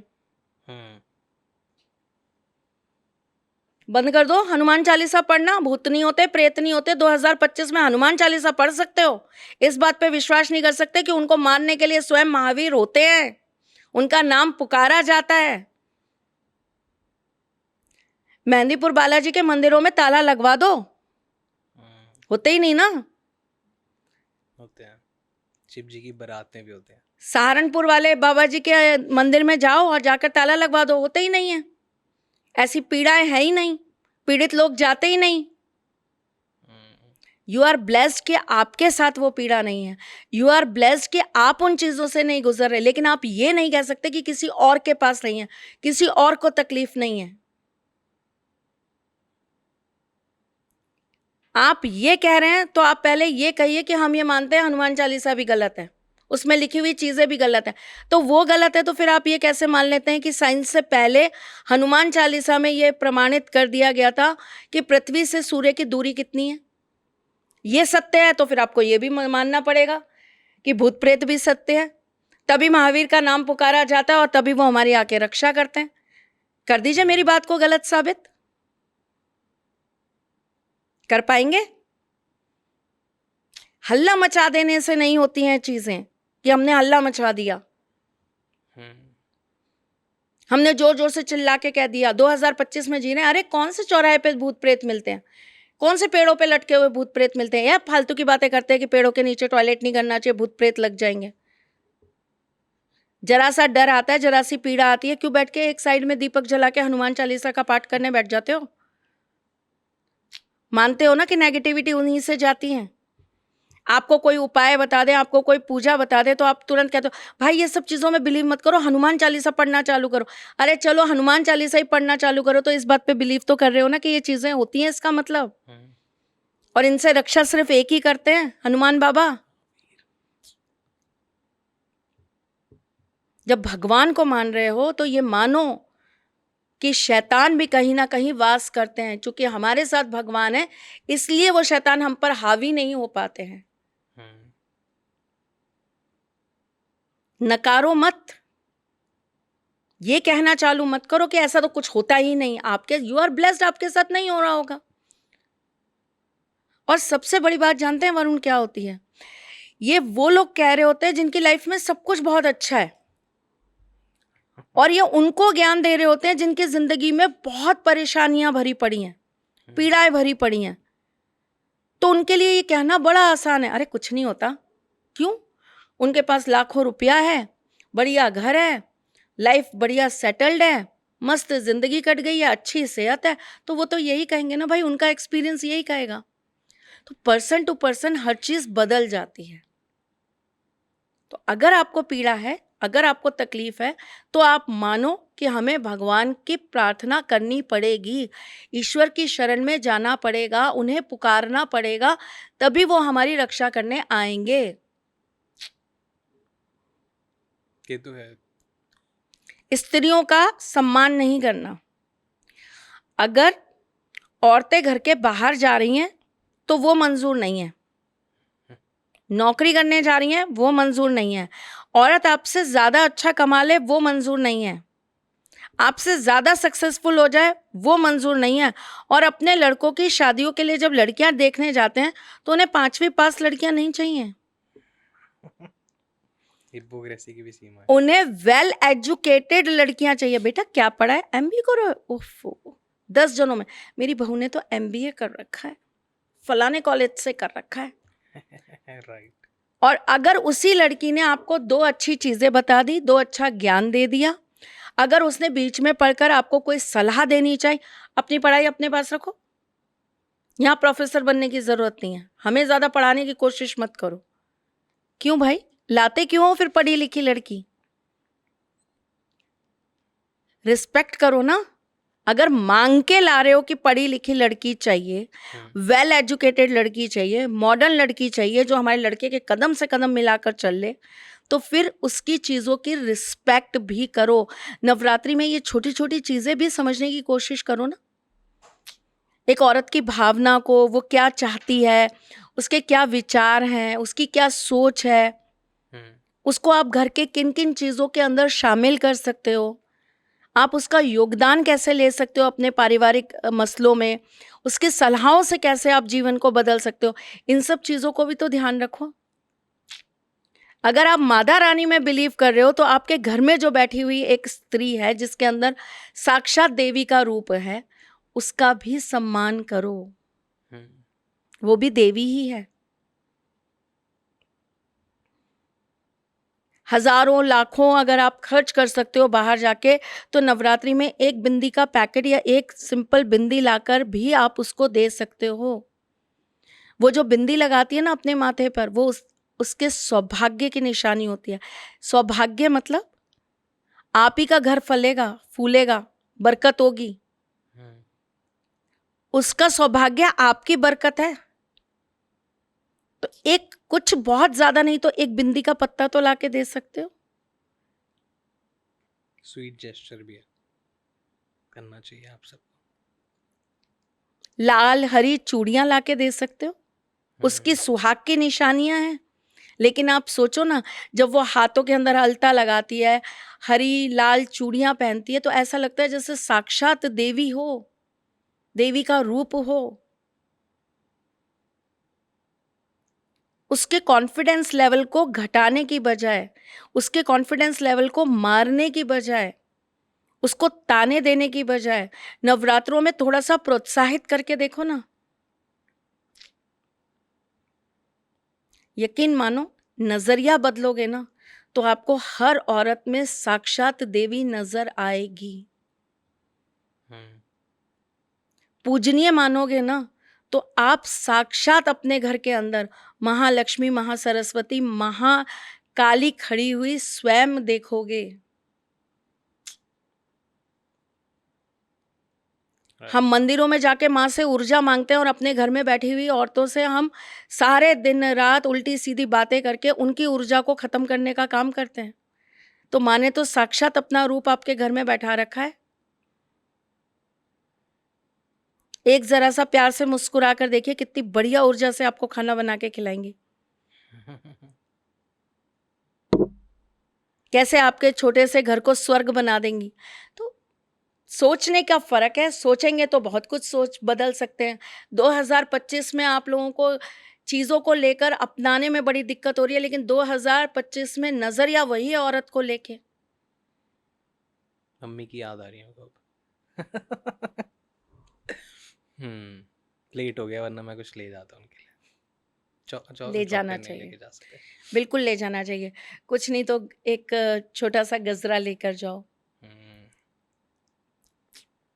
वो गजरा उनके बालों में महकेगा तो आपका घर महकेगा, घर महकेगा तो आपका जीवन महकेगा। माँ खुश है ना बेटा, तो ये समझ लो पूरे संसार की खुशियां तुम्हारी हैं। हम्म, माँ के दिल से जो दुआएं निकलती हैं ना अपने बच्चों के लिए, वो कभी खाली नहीं जाती। आई वॉन्ट इस नवरात्रि आप सब, जो मैम ने कहा, थोड़ा सा सोचिए और एक्शन लीजिए। छोटे छोटे एक्शंस बहुत लाइफ चेंज कर देंगे। 5 घंटे 7 घंटे लोग कहते हैं हम बहुत पूजा करते हैं, बहुत पाठ करते हैं, हम बैठे बैठे नवरात्रि में बहुत पूजा पाठ पे बिलीव करते हैं। अरे बिल्कुल करिए, नवरात्रि में बहुत पूजा करिए, बहुत पाठ करिए, सब कुछ करिए। अपने घर की जो आपकी बड़ी बुजुर्ग लेडीज़ हैं, मैं तो कहती हूँ बड़ी बुजुर्ग क्या, आपकी पत्नियाँ हैं, आप 5 मिनट बैठ के ही उनके पैर दबाइए ना। हम्म, यकीन मानिए चीज़ें बदलेंगी। औरत की रिस्पेक्ट करना तो सीखिए, अपने आप परिवर्तन आने लगेगा। हम्म, तो थोड़ा सा हमें केवल ये नहीं सोचना कि हम बहुत पूजा पाठ कर रहे हैं, हम व्रत रख रहे हैं तो उसी से हमें सब, अपने कर्मों पर भी ध्यान दीजिए। राइट, वो मेजर है। वो मेजर है। हम्म, और 9 दिन क्यों बोल रही हूँ, वैसे तो ये हमेशा करना चाहिए, पर 9 दिन क्यों बोल रही हूँ, जब आप 9 दिन करोगे तो एक प्रैक्टिस आ जाएगी ऑटोमेटिकली आपके अंदर। आपको वो फर्क दिखेगा, वो एटमॉस्फेयर शिफ्ट, वो घर का सुबह की माहौल चाय change। बनाकर पिला दीजिए, हाँ, एक दिन थोड़ा सा उनको रसोई में हेल्प कर दीजिए, साथ में मंदिर चले जाइए, उनकी पूजा की थाली आप पकड़ लीजिए, उनको साथ मंदिर लेकर चलिए। सच मानो, बहुत यकीन मानो बहुत सुकून मिलेगा आपको। आप अपने घर के बाहर निकलते हैं, बाहर निकल के जैसे ही आपको जो भी बुजुर्ग लेडी मिल रही हैं, चाहे वो आपकी जानकार हैं, चाहे वो आपकी जानकार नहीं है, आपने उनके चरण स्पर्श कर दिया, उन्होंने आपको आशीर्वाद दे दिया। क्या चाहिए, साक्षात माँ मिल गई आपको और माँ का आशीर्वाद मिल गया आपको, और क्या चाहिए बताइए।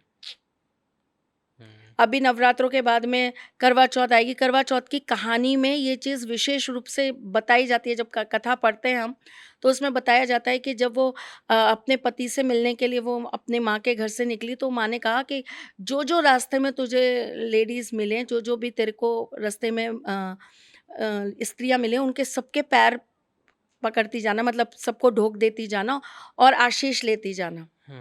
और जो तुझे पति का आशीर्वाद दे, सुहागन होने का आशीर्वाद दे, तो ये कुछ पैसे उसके गांठ बांध के दिए कि ये उनको वो हाथ में दे देना, ठीक है। तो मतलब आपको नहीं पता ना कि आपको कौन सा आशीर्वाद किस रूप में कौन दे जाएगा। आशीर्वाद कलेक्ट करते रहा करो। बिल्कुल करना चाहिए भाई। आपकी बॉडी की एनर्जीज आप दिन भर में कितनी चीजों में वेस्ट कर रहे हो, कितनी चीजों में निकाल दे रहे हो। गाड़ी चलाते चलाते ही आधी एनर्जी वेस्ट कर देते हो। आधे से ज़्यादा लोगों को बीपी की प्रॉब्लम केवल इस वजह से है कि वो ड्राइविंग में जो स्टक होते हैं, वहाँ पे खड़े खड़े जो झिझिलाते रहते हैं, बार बार घड़ियाँ देखते रहते हैं, लेट होते रहते हैं, हॉर्न मारते रहते हैं, आगे वाले को गालियाँ निकालते रहते हैं। आधे से ज़्यादा बीपी तो उसी में बढ़ा रहता है लोगों का। राइट। दिल्ली गुड़गांव तो है भी ऐसा। सुकून ही नहीं है ज़िंदगी में। राइट। ऑफिस भागते भागते पहुंचे, वहाँ पे 4 कलेश हुए, वहाँ पे 4 चीज़ें हुई, वहाँ पे 4 चीज़ें बिगड़ी, फिर टेंशन में ज़िंदगी। तो आपको कहाँ से मिल रहे हैं आशीर्वाद? एनर्जी लूज लूज लूज करने का काम कर रहे हो, गेन कहाँ से कर रहे हो? तो नवरात्रियों में पूजा पाठ करो, सब कुछ करो, लेकिन छोटी छोटी ये चीज़ें करो। मैरिड लाइफ के अंदर अगर आपको प्रॉब्लम आ रही है तो आपको 2 लौंग डेली रखनी है अपने मंदिर में, लाल रंग के कपड़े के ऊपर दुर्गा सप्तशती के 4थे और 5वें अध्याय का पाठ करना है। उस लौंग को आपको एक दिए के अंदर डाल के वो दिया माँ के मंदिर में प्रज्वलित कर देना है। डेली आपको ये कार्य करना है। 10 दिन का इस बार नवरात्रा होगा, 1 दिन बढ़ा हुआ है। तो आपको पहले नवरात्रे से लेके और दशमी तक ये कार्य रोजाना करना है। करके देखिए, आपकी मैरिड लाइफ में बहुत चेंजेस आएंगे। सिंदूर की डिब्बी ले लीजिए, उसके अंदर एक चांदी का कोई भी आप अपना जेवर डाल दीजिए, चाहे बिछिया डाल दीजिए, चाहे कुछ भी डाल दीजिए, चांदी का एक टुकड़ा डाल दीजिए। उस सिंदूर में आप एक गोमती चक्र डाल दीजिए। डेली दुर्गा सप्तशती में से आपको 10वां, 11वां और 13वें अध्याय का पाठ करना है। और उस सिंदूर को आपको अपने माथे पर बिंदी के रूप में और मांग में सिंदूर के रूप में भरना है। करके देखिए, आपके वैवाहिक जीवन में बहुत परिवर्तन आएंगे। सुहाग की कुछ सामग्री ले लीजिए, चुनरी ले लीजिए, बिंदी ले लीजिए, चूड़ियाँ ले लीजिए, अलता ले लीजिए, मेहंदी ले लीजिए। 16 श्रृंगार होते हैं, 16 श्रृंगार में से कोई भी श्रृंगार का सामान ले लीजिए। पहले नवरात्रे से लेके 9वें नवरात्रे तक आपको रोज जाना, वहाँ पर मंदिर में घी का दीपक प्रज्वलित करना है, उसमें केसर की 2 पत्तियाँ डालनी है। रोज आना, वहाँ पर बैठ के आपको दुर्गा सप्तशती के पहले अध्याय, 5वें अध्याय, 9वें अध्याय का पाठ करना है। और उसके बाद में आपको माता रानी से प्रार्थना करनी है कि मेरी जो भी जीवन के अंदर कठिनाइयाँ, मैं जिससे प्रेम करती हूँ उससे मेरा विवाह नहीं हो पा रहा है, आप आशीर्वाद दीजिए कि मुझे मेरा प्यार मिल जाए, मैं जिससे चाहती हूँ उसका मेरा विवाह हो जाए। लड़के भी कर सकते हैं, लड़कियाँ भी कर सकती हैं, कोई भी कर सकता है। तो आप उस तरीके से प्रार्थना कर लीजिए। 9वें दिन ये पूरा श्रृंगार ले जाके माता रानी के मंदिर में चढ़ाइए। करके देखिए, जल्द से जल्द आपको खुशखबरी मिलेगी। हमें भी ज़रूर लड्डू खिलाइएगा। एक तो आपके जीवन में जब हमारे प्रयोगों से, हमारी चीज़ों से जो भी परिवर्तन आता है, जो भी चेंजेस आते हैं, प्लीज़ हमें मेंशन ज़रूर करा करिए। इम्पोर्टेंट है। आपको अगर कोई भी प्रॉब्लम है, जैसे कि अगर आपको पीरियड्स की प्रॉब्लम बहुत ज़्यादा होती है, जैसे कि आपको लेडीज़ रिलेटेड जो भी दिक्कतें हैं वो अगर आपको बहुत ज़्यादा हो रही हैं, तो आपको नवरात्रि में एक धागा सिद्ध कर लेना। एक काले रंग का धागा ले लीजिए। पहली नवरात्रि पे ये कार्य करना है। पहली नवरात्रि से 5वीं नवरात्रि तक एक धागा ले लीजिए। उस धागे के अंदर आप डेली 5 गांठ लगा दीजिए। ठीक है, थोड़ा लंबा धागा लीजिएगा। डेली 5 गांठें लगा दीजिएगा और गांठ लगाते वक्त आपको बोलना है क्लिम क्लिम क्लिम क्लिम। ठीक है, 5 बार आपको क्लिम बोलना है और 5 गांठ लगा दिया। 5 पास में करिएगा, क्योंकि आपको 25 गांठें लगानी पड़ेंगी। 5 गांठों के हिसाब से आपको 5 दिन की 25 गांठें लगेंगी उसके अंदर। धागा बढ़ा लीजिएगा। ठीक है, 2 बार 3 बार अगर आपको मोड़ना पड़ता है तो 2 बार 3 बार मोड़ लीजिएगा। पंचमी वाले दिन यानी कि 5वें नवरात्रे पर आपका वो धागा सिद्ध हो जाएगा। छठी वाले दिन उसको आप अपने पेट पर पहन लीजिए। छठी, सप्तमी, अष्टमी, नौमी तक आप उसको अपने पेट पर पहने रहिए। 9वीं वाले दिन आप रात्रि के समय उसको उतार कर रख दीजिए और 10वीं वाले दिन ले जाकर आप किसी भी पेड़ के नीचे उसको छोड़ दीजिए। अगर आप विदेश रहते हैं तो आप डस्टबिन में भी डाल सकते हैं, कोई दिक्कत नहीं है। ठीक है, छोटा सा सरल सा उपाय कर लीजिए। गाय का उपला आता है, उसके ऊपर पीली सरसों डालिए, थोड़ा सा उसके ऊपर कपूर छिड़किए, उसको घी डालकर आप उसको प्रज्वलित कर लीजिए, उसकी धूरी पूरे घर के अंदर दे दीजिए। आपके घर में कैसी भी नकारात्मक चीज़ें होंगी अपने आप भाग जाएंगी। 9 के 9 दिन नवरात्रि में ये कार्य कर लीजिए, सुबह शाम। आपके घर के अंदर जितनी भी नकारात्मक चीज़ें होंगी सब घर से भाग जाएंगी। ओके। 10 महाविद्याओं का स्मरण करके आप एक छोटा सा गाय का उपला ले लीजिए, कंडा जिसे हम कहते हैं, उसके ऊपर थोड़ी सी लोबान डाल दीजिए, उसके ऊपर पीली सरसों डाल दीजिए, उसको आप घी देसी घी के साथ और थोड़े से कपूर के साथ जला लीजिए। आप 11 बार बोलिए क्लिम क्लिम क्लिम क्लिम, और इसकी धुरी आप अपने पूरे घर के अंदर दे दीजिए, अपने पूरे शरीर पे ले लीजिए, बच्चों को अच्छी से धुरी दे दीजिए। आप देखिए कैसे नज़र उतर जाती है, आपकी नेगेटिविटी दूर भाग जाती है, आपके ऊपर से तंत्र मंत्र बाधाएं भाग जाती हैं। छोटी छोटी चीज़ें कर लेनी चाहिए। नवरात्रि में अपने घर के मेन द्वार के बाहर आपको हल्दी से रोजाना स्वास्तिक का निर्माण करना है, डेली करना है। ओके। पहले दिन जो बनाएंगे उसी के ऊपर अगले दिन फिर बनाइए, फिर 9 दिन तक आप कर लीजिए। आपका द्वार एकदम शुद्ध हो जाएगा और आपके घर के अंदर कोई भी नकारात्मक चीज प्रवेश नहीं कर पाएगी। ओके। छोटी छोटी चीजें हैं, हमें जरूर करते रहना चाहिए। गंगा जल ले लीजिए, गंगा जल के अंदर थोड़ा सा आप जो है हल्दी डाल दीजिए। आप हल्दी डाल के और अपने द्वार के ऊपर सुबह सुबह उठकर आप ऐसे करके पूरा लाइन, जैसे लक्ष्मण रेखा खींचते हैं, ऐसे एक रेखा खींच दीजिए दहलीज पे। घंटे 2 घंटे बाद में आप उसको पोछा लगाकर साफ कर लीजिए। देखिए आपका घर कैसे शुद्ध हो जाता है। आपके घर में कलह होते हो, बहुत ज़्यादा लड़ाई झगड़ा होता हो, बहुत ऋण की दिक्कत होती हो, पैसे की बहुत दिक्कत हो रही हो, सब चीज़ें भाग जाएंगी। एक नवरात्रि लाखों करोड़ों चीज़ों का निवारण है, करिए तो सही। एक बहुत छोटी सी सरल सी चीज बताती हूँ। मैन्युफेस्टिंग आप बोल रहे हैं, है ना? चीजों को, अगर आप कोई चीज चाहते हैं कि मेरी ये चीज पूरी हो जाए, तो कैसे मांगे, क्या करें, बताइए। ठीक है, आप इतनी सी हल्दी ले लीजिए। ये आपको डेली करना है, पहले नवरात्रे से चालू करना है और आपको 10 दिन तक करना है, मतलब दशमी वाले दिन तक करना है, ठीक है। आपको क्या करना है, रोजाना थोड़ी थोड़ी हल्दी ले लेनी है, उसके अंदर केसर की एक पत्ती डाल दीजिए, है ना। उसके अंदर चाहे तो आप इत्र डाल दीजिए, इत्र नहीं हो तो आप गुलाब जल से ही उसको थोड़ा पतला कर लीजिए, ठीक है। आप अपने दोनों हाथों में लगा लीजिए, ठीक है। उसके बाद हाथ जोड़िए, प्रार्थना करिए माँ से, माँ का स्मरण करिए, माँ से प्रार्थना करिए। मंत्र अगर आपको कोई बोलना है तो आप माँ का मंत्र बोल लीजिए, ठीक है। या देवी सर्वभूतेषु शक्ति रूपेण संस्थिता नमस्तस्यै नमस्तस्यै नमस्तस्यै नमो नमः, ठीक है। आपने हाथ जोड़ा, माँ से प्रार्थना करी। उसके बाद आपके मन में जो मनोवांछित इच्छा है, आप जो माँ से चाहते हैं कि माँ आपकी ये पुकार सुन ले, माँ आपकी ये चीज़ पूरी कर दे, आप वो बोलिए। 11 बार वो चीज़ बोलिए माँ के सामने कि माँ मैं चाहती हूँ मेरी ये मनोकामना सिद्ध हो जाए, मैं चाहती हूँ माँ मेरी ये मनोकामना। 11 बार ये आपको बोलना है, ठीक है। ये बोलने के बाद आप जाइए, अपने दोनों हाथ धो लीजिए, अपनी दोनों आँखों पे लगाइए, अपने मस्तिष्क पे लगाइए और माँ से प्रार्थना करिए, माँ आपकी ज़रूर सुनेंगी। छोटी छोटी सी चीज़ें पूर्ण करिए।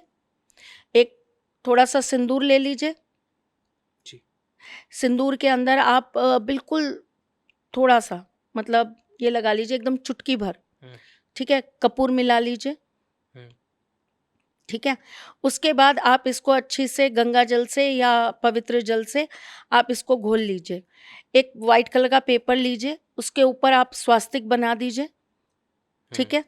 स्वास्तिक बनाने के बाद नीचे आपको रेड कलर के पेन से डेली लिखना है 9 दिन तक, है ना। डेली आप क्लीम मंत्र को लिखेंगे 9 दिन तक। इस पेपर को फोल्ड कर लीजिए, चाहे तो रेड पेपर में रैप कर लीजिए, चाहे तो आप इसको फ्रेम करवा लीजिए, अपने घर के नॉर्थ में लगा दीजिए। आपके जीवन के अंदर जो भी आपकी मनवांछित इच्छा है, जो आप चाहते हैं कि पूरा हो जाए, घर मिल जाए, गाड़ी मिल जाए, नौकरी मिल जाए, शादी हो जाए, माँ बाप का स्वास्थ्य अच्छा रहे, मेरा स्वास्थ्य अच्छा रहे, मेरे बच्चे बहुत अच्छे हो जाएं, बच्चे विदेश चले जाए, वॉट एवर यू वॉन्ट, जो भी आप चाहते हो वो मनोवांछित इच्छा बोलकर आप उसको अपने फ्रेम करके अपने उस पे लगवा दीजिए दीवार पे। आप देखिए 3 महीने के अंदर अंदर माता रानी कैसे आपकी चीज़ें पूरी करती हैं। पूरी करे तो प्लीज़ कमेंट करिएगा। अच्छी चीज़ों की तारीफ़ करना किसी को नहीं आता, मैं तुमको भी बहुत बोलती हूँ, लेकिन अब तुम सीख गए हो, तुम बहुत अच्छे बच्चे हो गए, बहुत ज़्यादा अच्छे बच्चे हो गए। I love you for this. तो अच्छी चीज़ों की ना तारीफ़ करा करो। अगर किसी की चीज़ों से आपके जीवन में परिवर्तन आता है, किसी के कुछ बताने से अगर आपका 1% 10% कुछ भी भला होता है, तो एटलीस्ट उस चीज़ को बोला करो, ताकि दूसरे जो ये सुनते ना, अरे कुछ काम नहीं होता, अरे कोई चीज़ नहीं लगती, अरे ये सब चीज़ फालतू होती है, उन लोगों को तकलीफ़ें ना झेलनी पड़े, क्योंकि झेल तो वो रहे ही हैं। उनको सलाह देने वालों के पास तो सब कुछ है। उनको जो ये सलाह दे रहे हैं कि कुछ नहीं होता, उन्होंने तो अपनी ज़िंदगी के सारे सुख भोग लिए। आपके दुख कैसे दूर होंगे, ट्राई तो करिए। कौन सा कोई गलत राह दिखा रहा है आपको, कौन सा कोई गलत काम करने के लिए बोल रहा है आपको, अच्छी चीज़ करने के लिए बोल रहा है, ट्राई करिए, बिल्कुल होगा, अच्छे से लगेगा। राइट।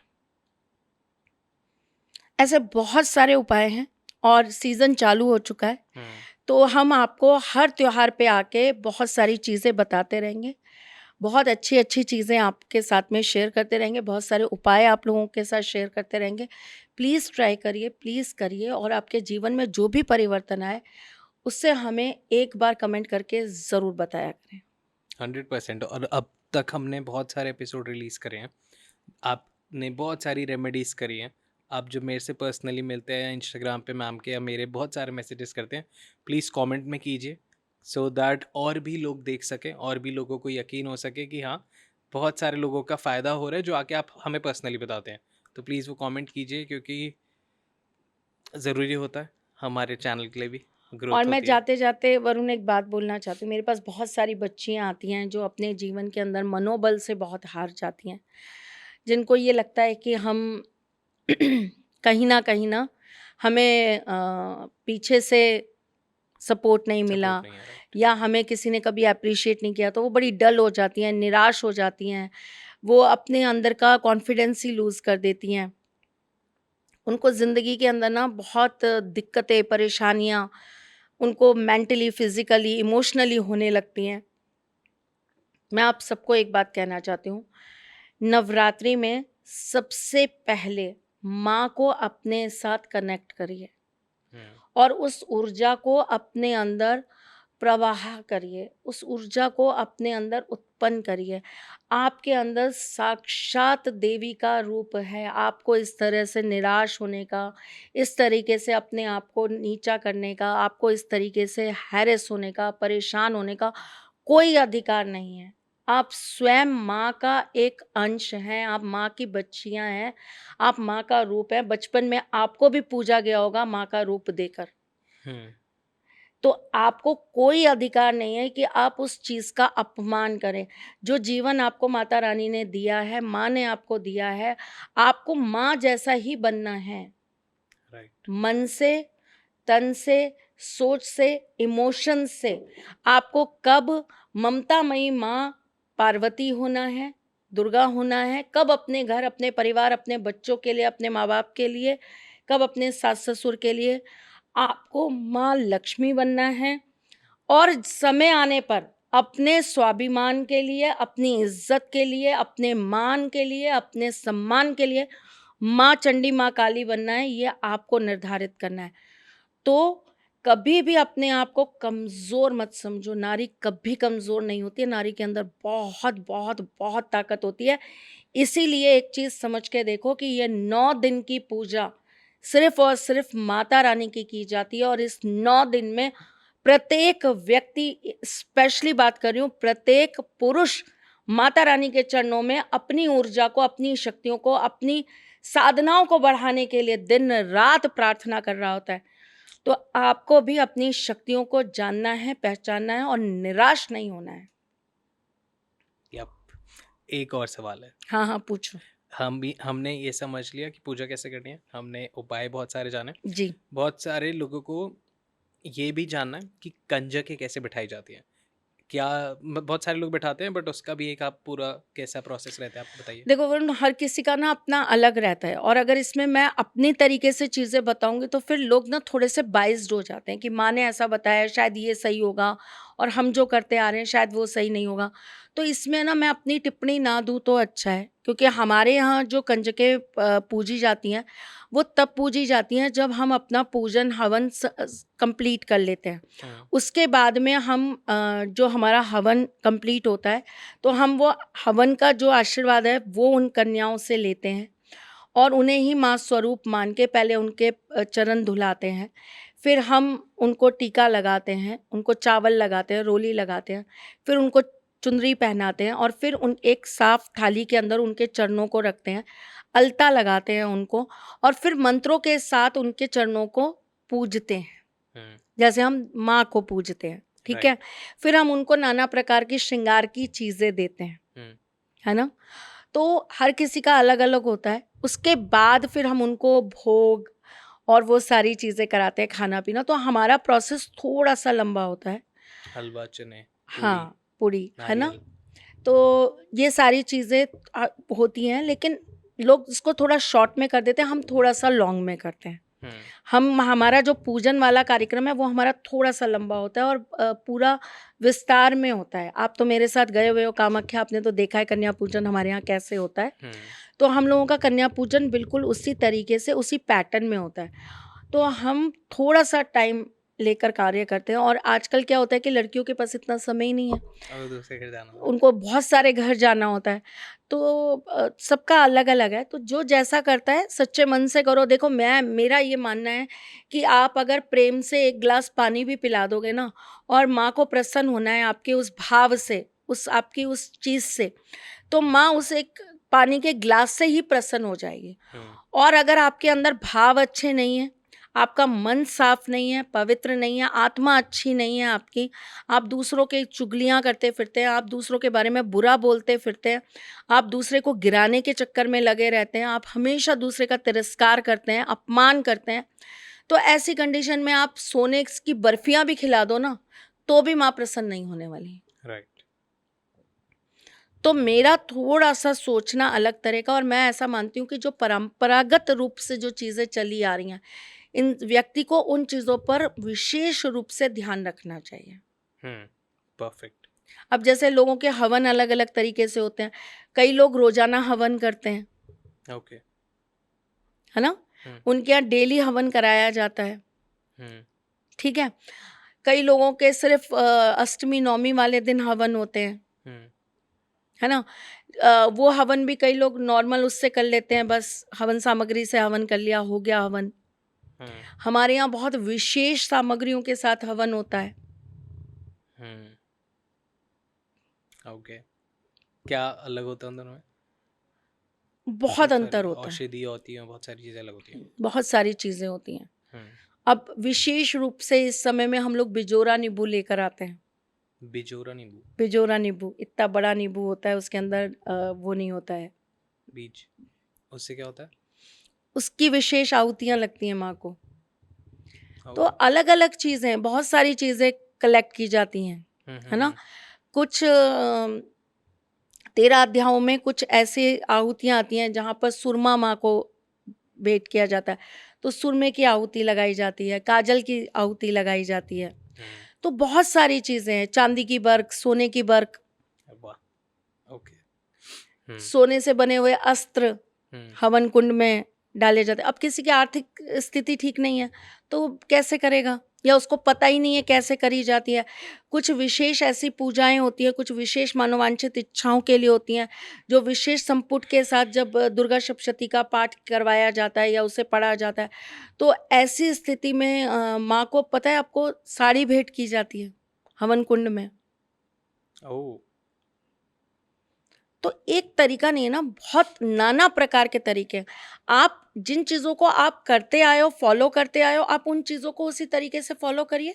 मतलब जो भी आपके रिचुअल्स आ रहे हैं, आप उसमें हल्का फुल्का ऐड ऑन कर सकते हैं अपनी और समझ के हिसाब से, अपनी और श्रद्धा के हिसाब से, और जो करते आ रहे हैं उसको अच्छे से कीजिए, बस अपनी आस्था को और स्ट्रॉन्ग करते जाइए। बिल्कुल। अपने इच्छाओं को समझ के अपने मतलब वाइज रह के करें बेसिकली। और सबसे विशेष चीज़ बताती हूँ, जैसे मैंने आपको कहा कि आप अपने घर की मम्मी, अपनी दादी, अपनी नानी, चाची, मामी, ताई, जो आपके घर की प्रमुख हैं। लेडीज़ हैं, उनको आप विशेष रूप से इन दिनों में कुछ ना कुछ उनको भेंट करेंगे, कुछ खिलाएँगे, उनके लिए कुछ लाएँगे उनके लिए, और ख़ास करके वाइफ़ उसको बहुत खुश रखिए, बच्चियों को, अपनी बेटियों को बहुत खुश रखिए, भाई की बेटियाँ, आपके परिवार की जितनी लड़कियां हैं उनको बहुत विशेष रूप से खुश रखिए। घर में अगर घर की स्त्री मुस्कुराती है ना, तो ये समझ लीजिए आपकी तकदीर मुस्कुरा रही है। ठीक है ना? तो उनकी किलकाहट से, उनके हंसने से, खिलखिलाने से आपके जीवन के अंदर खुशियों का आगमन होता है। तो ये एक चीज़ होती है। लेकिन इसके साथ में मैं आपको एक विशेष चीज़ और बताना चाहूँगी। नवरात्रियों में आपको ब्राह्मण स्त्रियों को कुछ विशेष चीज़ें ज़रूर दान करनी चाहिए। जैसे अगर वो सुहागन है तो उन्हें लाल रंग की साड़ियाँ ज़रूर भेंट करिए। ओके।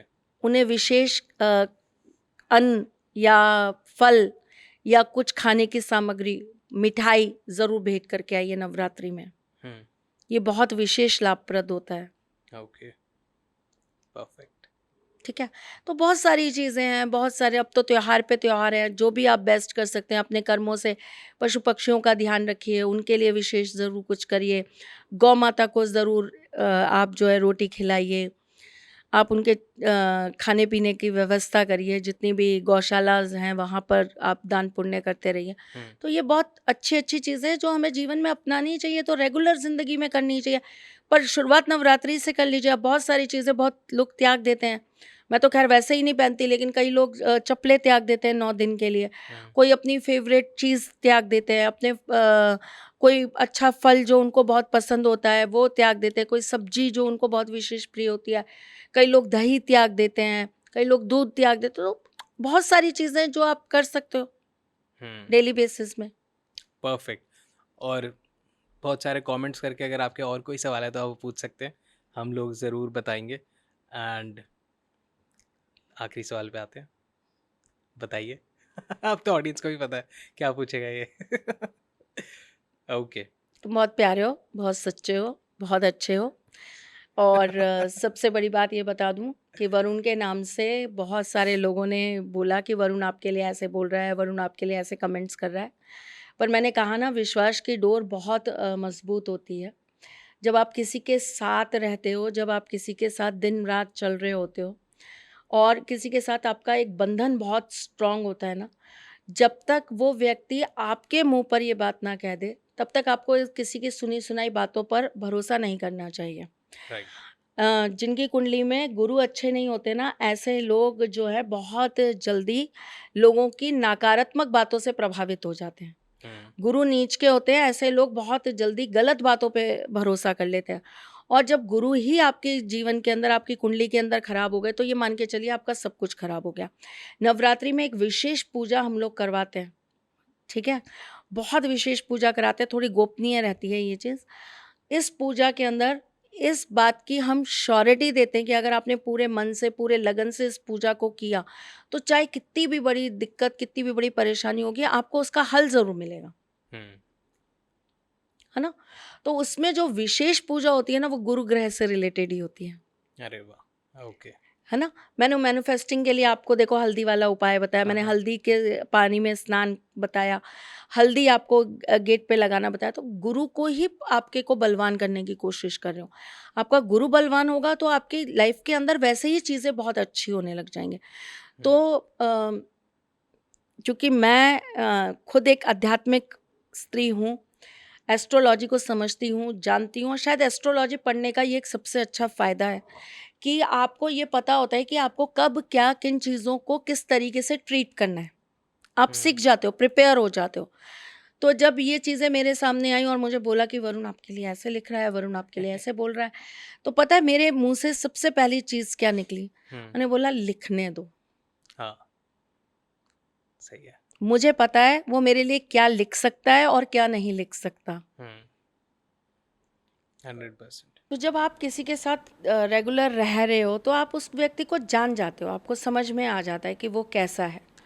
तो ना ऐसे टाइम पर इंसान की सबसे पहली जो लड़ाई होती है वो अपने आप से होती है, वो जंग अपने आप से होती है। आप दूसरे से तो बाद में लड़ने जाओगे, मतलब सबको ये एक्सपेक्टेड होता है कि अब ये सीधा फ़ोन लगाएगी वरुण को और बोलेगी वरुण तुम्हारी हिम्मत कैसे हुई ये करने की। वो तो सेकंड स्टेप हो गया कि मैं तुम्हें फ़ोन करूँगी, तुमसे पूछूंगी। पहले मैं अपने आप से पूछूंगी कि क्या तुम ऐसा मेरे साथ कर सकते हो। अगर कहीं रिश्ते में कमज़ोरी होगी तो ही थॉट आएगा, राइट। तो ये आएगा कि हाँ कर सकता है। लेकिन जब रिश्ता ही मजबूत खड़ा है, आपको पता है सामने वाला आपके साथ किस तरह से कनेक्टेड है, वो आपको किस हद तक मानता है, सम्मान देता है, और आप उसको कितना मानते हो, सम्मान देते हो, तो फिर आपकी वो शंका वहीं ख़त्म हो जाती है और आपका दिल, आपकी आत्मा उस समय बहुत धैर्य के साथ सांस भर के कहती है हो ही नहीं सकता। और एडिंग ऑन कमाल की बात पता है आपको क्या है, मेरी टीम का फ़ोन आया और टीम में से मेरे को फ़ोन करके वो कहता कि ऐसा ऐसा तेरे नाम से कोई ऐसा ऐसा बोल रहा है कि तू त्रिशलाम के बारे में ऐसा ऐसा लिख रहा है और बोल रहा है, और शायद ना मैम देख ले तो उससे पहले तू मैम को फ़ोन करके बता दे कि ऐसा ऐसा हो रहा है, तू नहीं कर रहा। और मैं हंसते हुए ये बोला था कि थोड़ी देर में मैम का ही फ़ोन आ जाएगा। और यही हुआ, अगले दिन हमारी बात हुई थी, शायद कि वो रात का टाइम था। अगले दिन मैम का फ़ोन आया और मैम ही तेरे को पता है तू मेरे बारे में क्या कह रहा है? मैं कहा बताओ। तू ऐसा ऐसा कह रहा है। मैं कहा अच्छा, और मेरे को पता है तू नहीं है।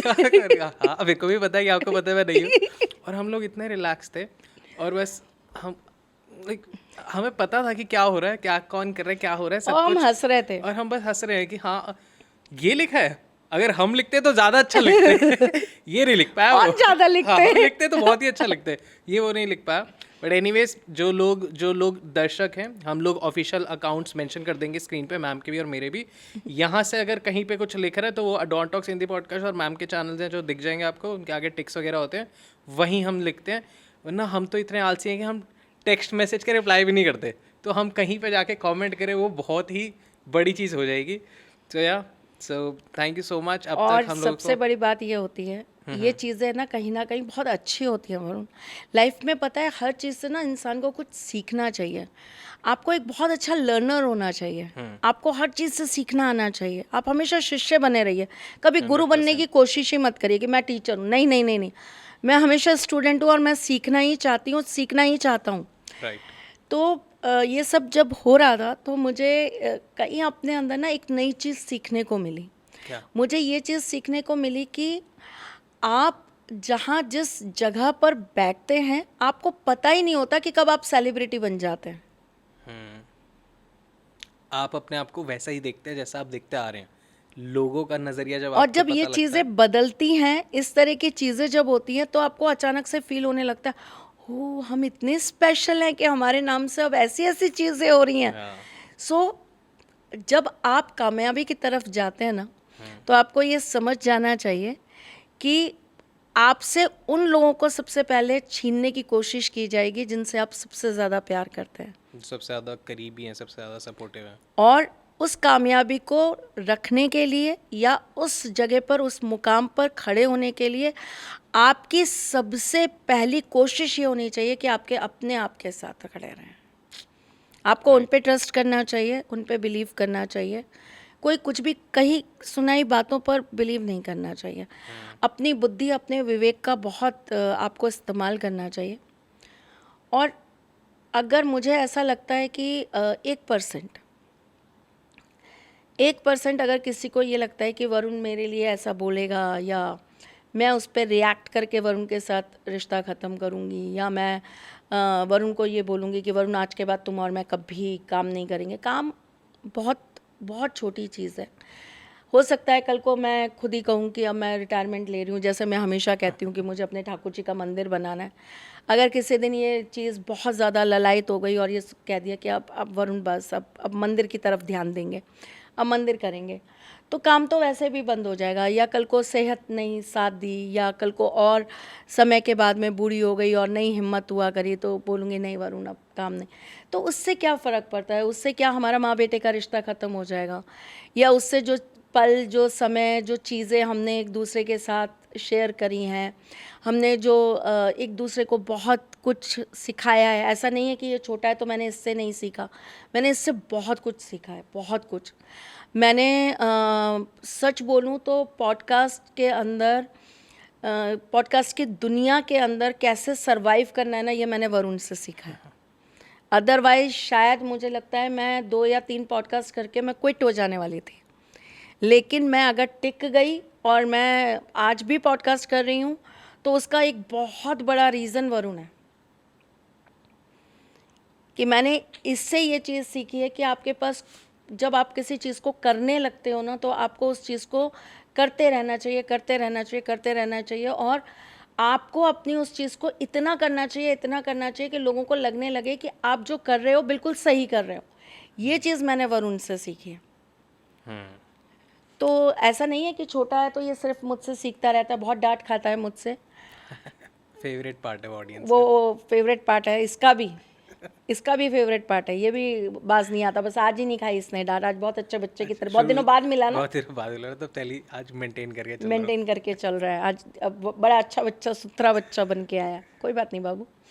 तो ये एक बहुत बड़ी चीज़ होती है जो आप केवल ऐसा नहीं है कि मैं बड़ी हूँ, मेरे को ज्ञान ज़्यादा है तो मैं ही सीख रही हूँ।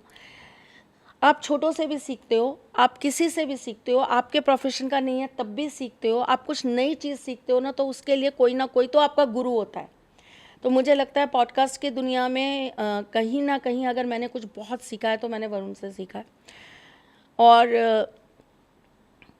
एक सबसे अच्छी चीज़ जो मुझे अडॉन टॉक पे मिली, जो शायद मुझे लगता है कि मैं और कहीं बहुत नहीं पा पाई, मैं ऐसा नहीं कह रही कि नहीं मिली है बहुत जगह, लेकिन अडॉन टॉक पे कुछ ज़्यादा मिली है, कुछ एक्सेस में मिली है।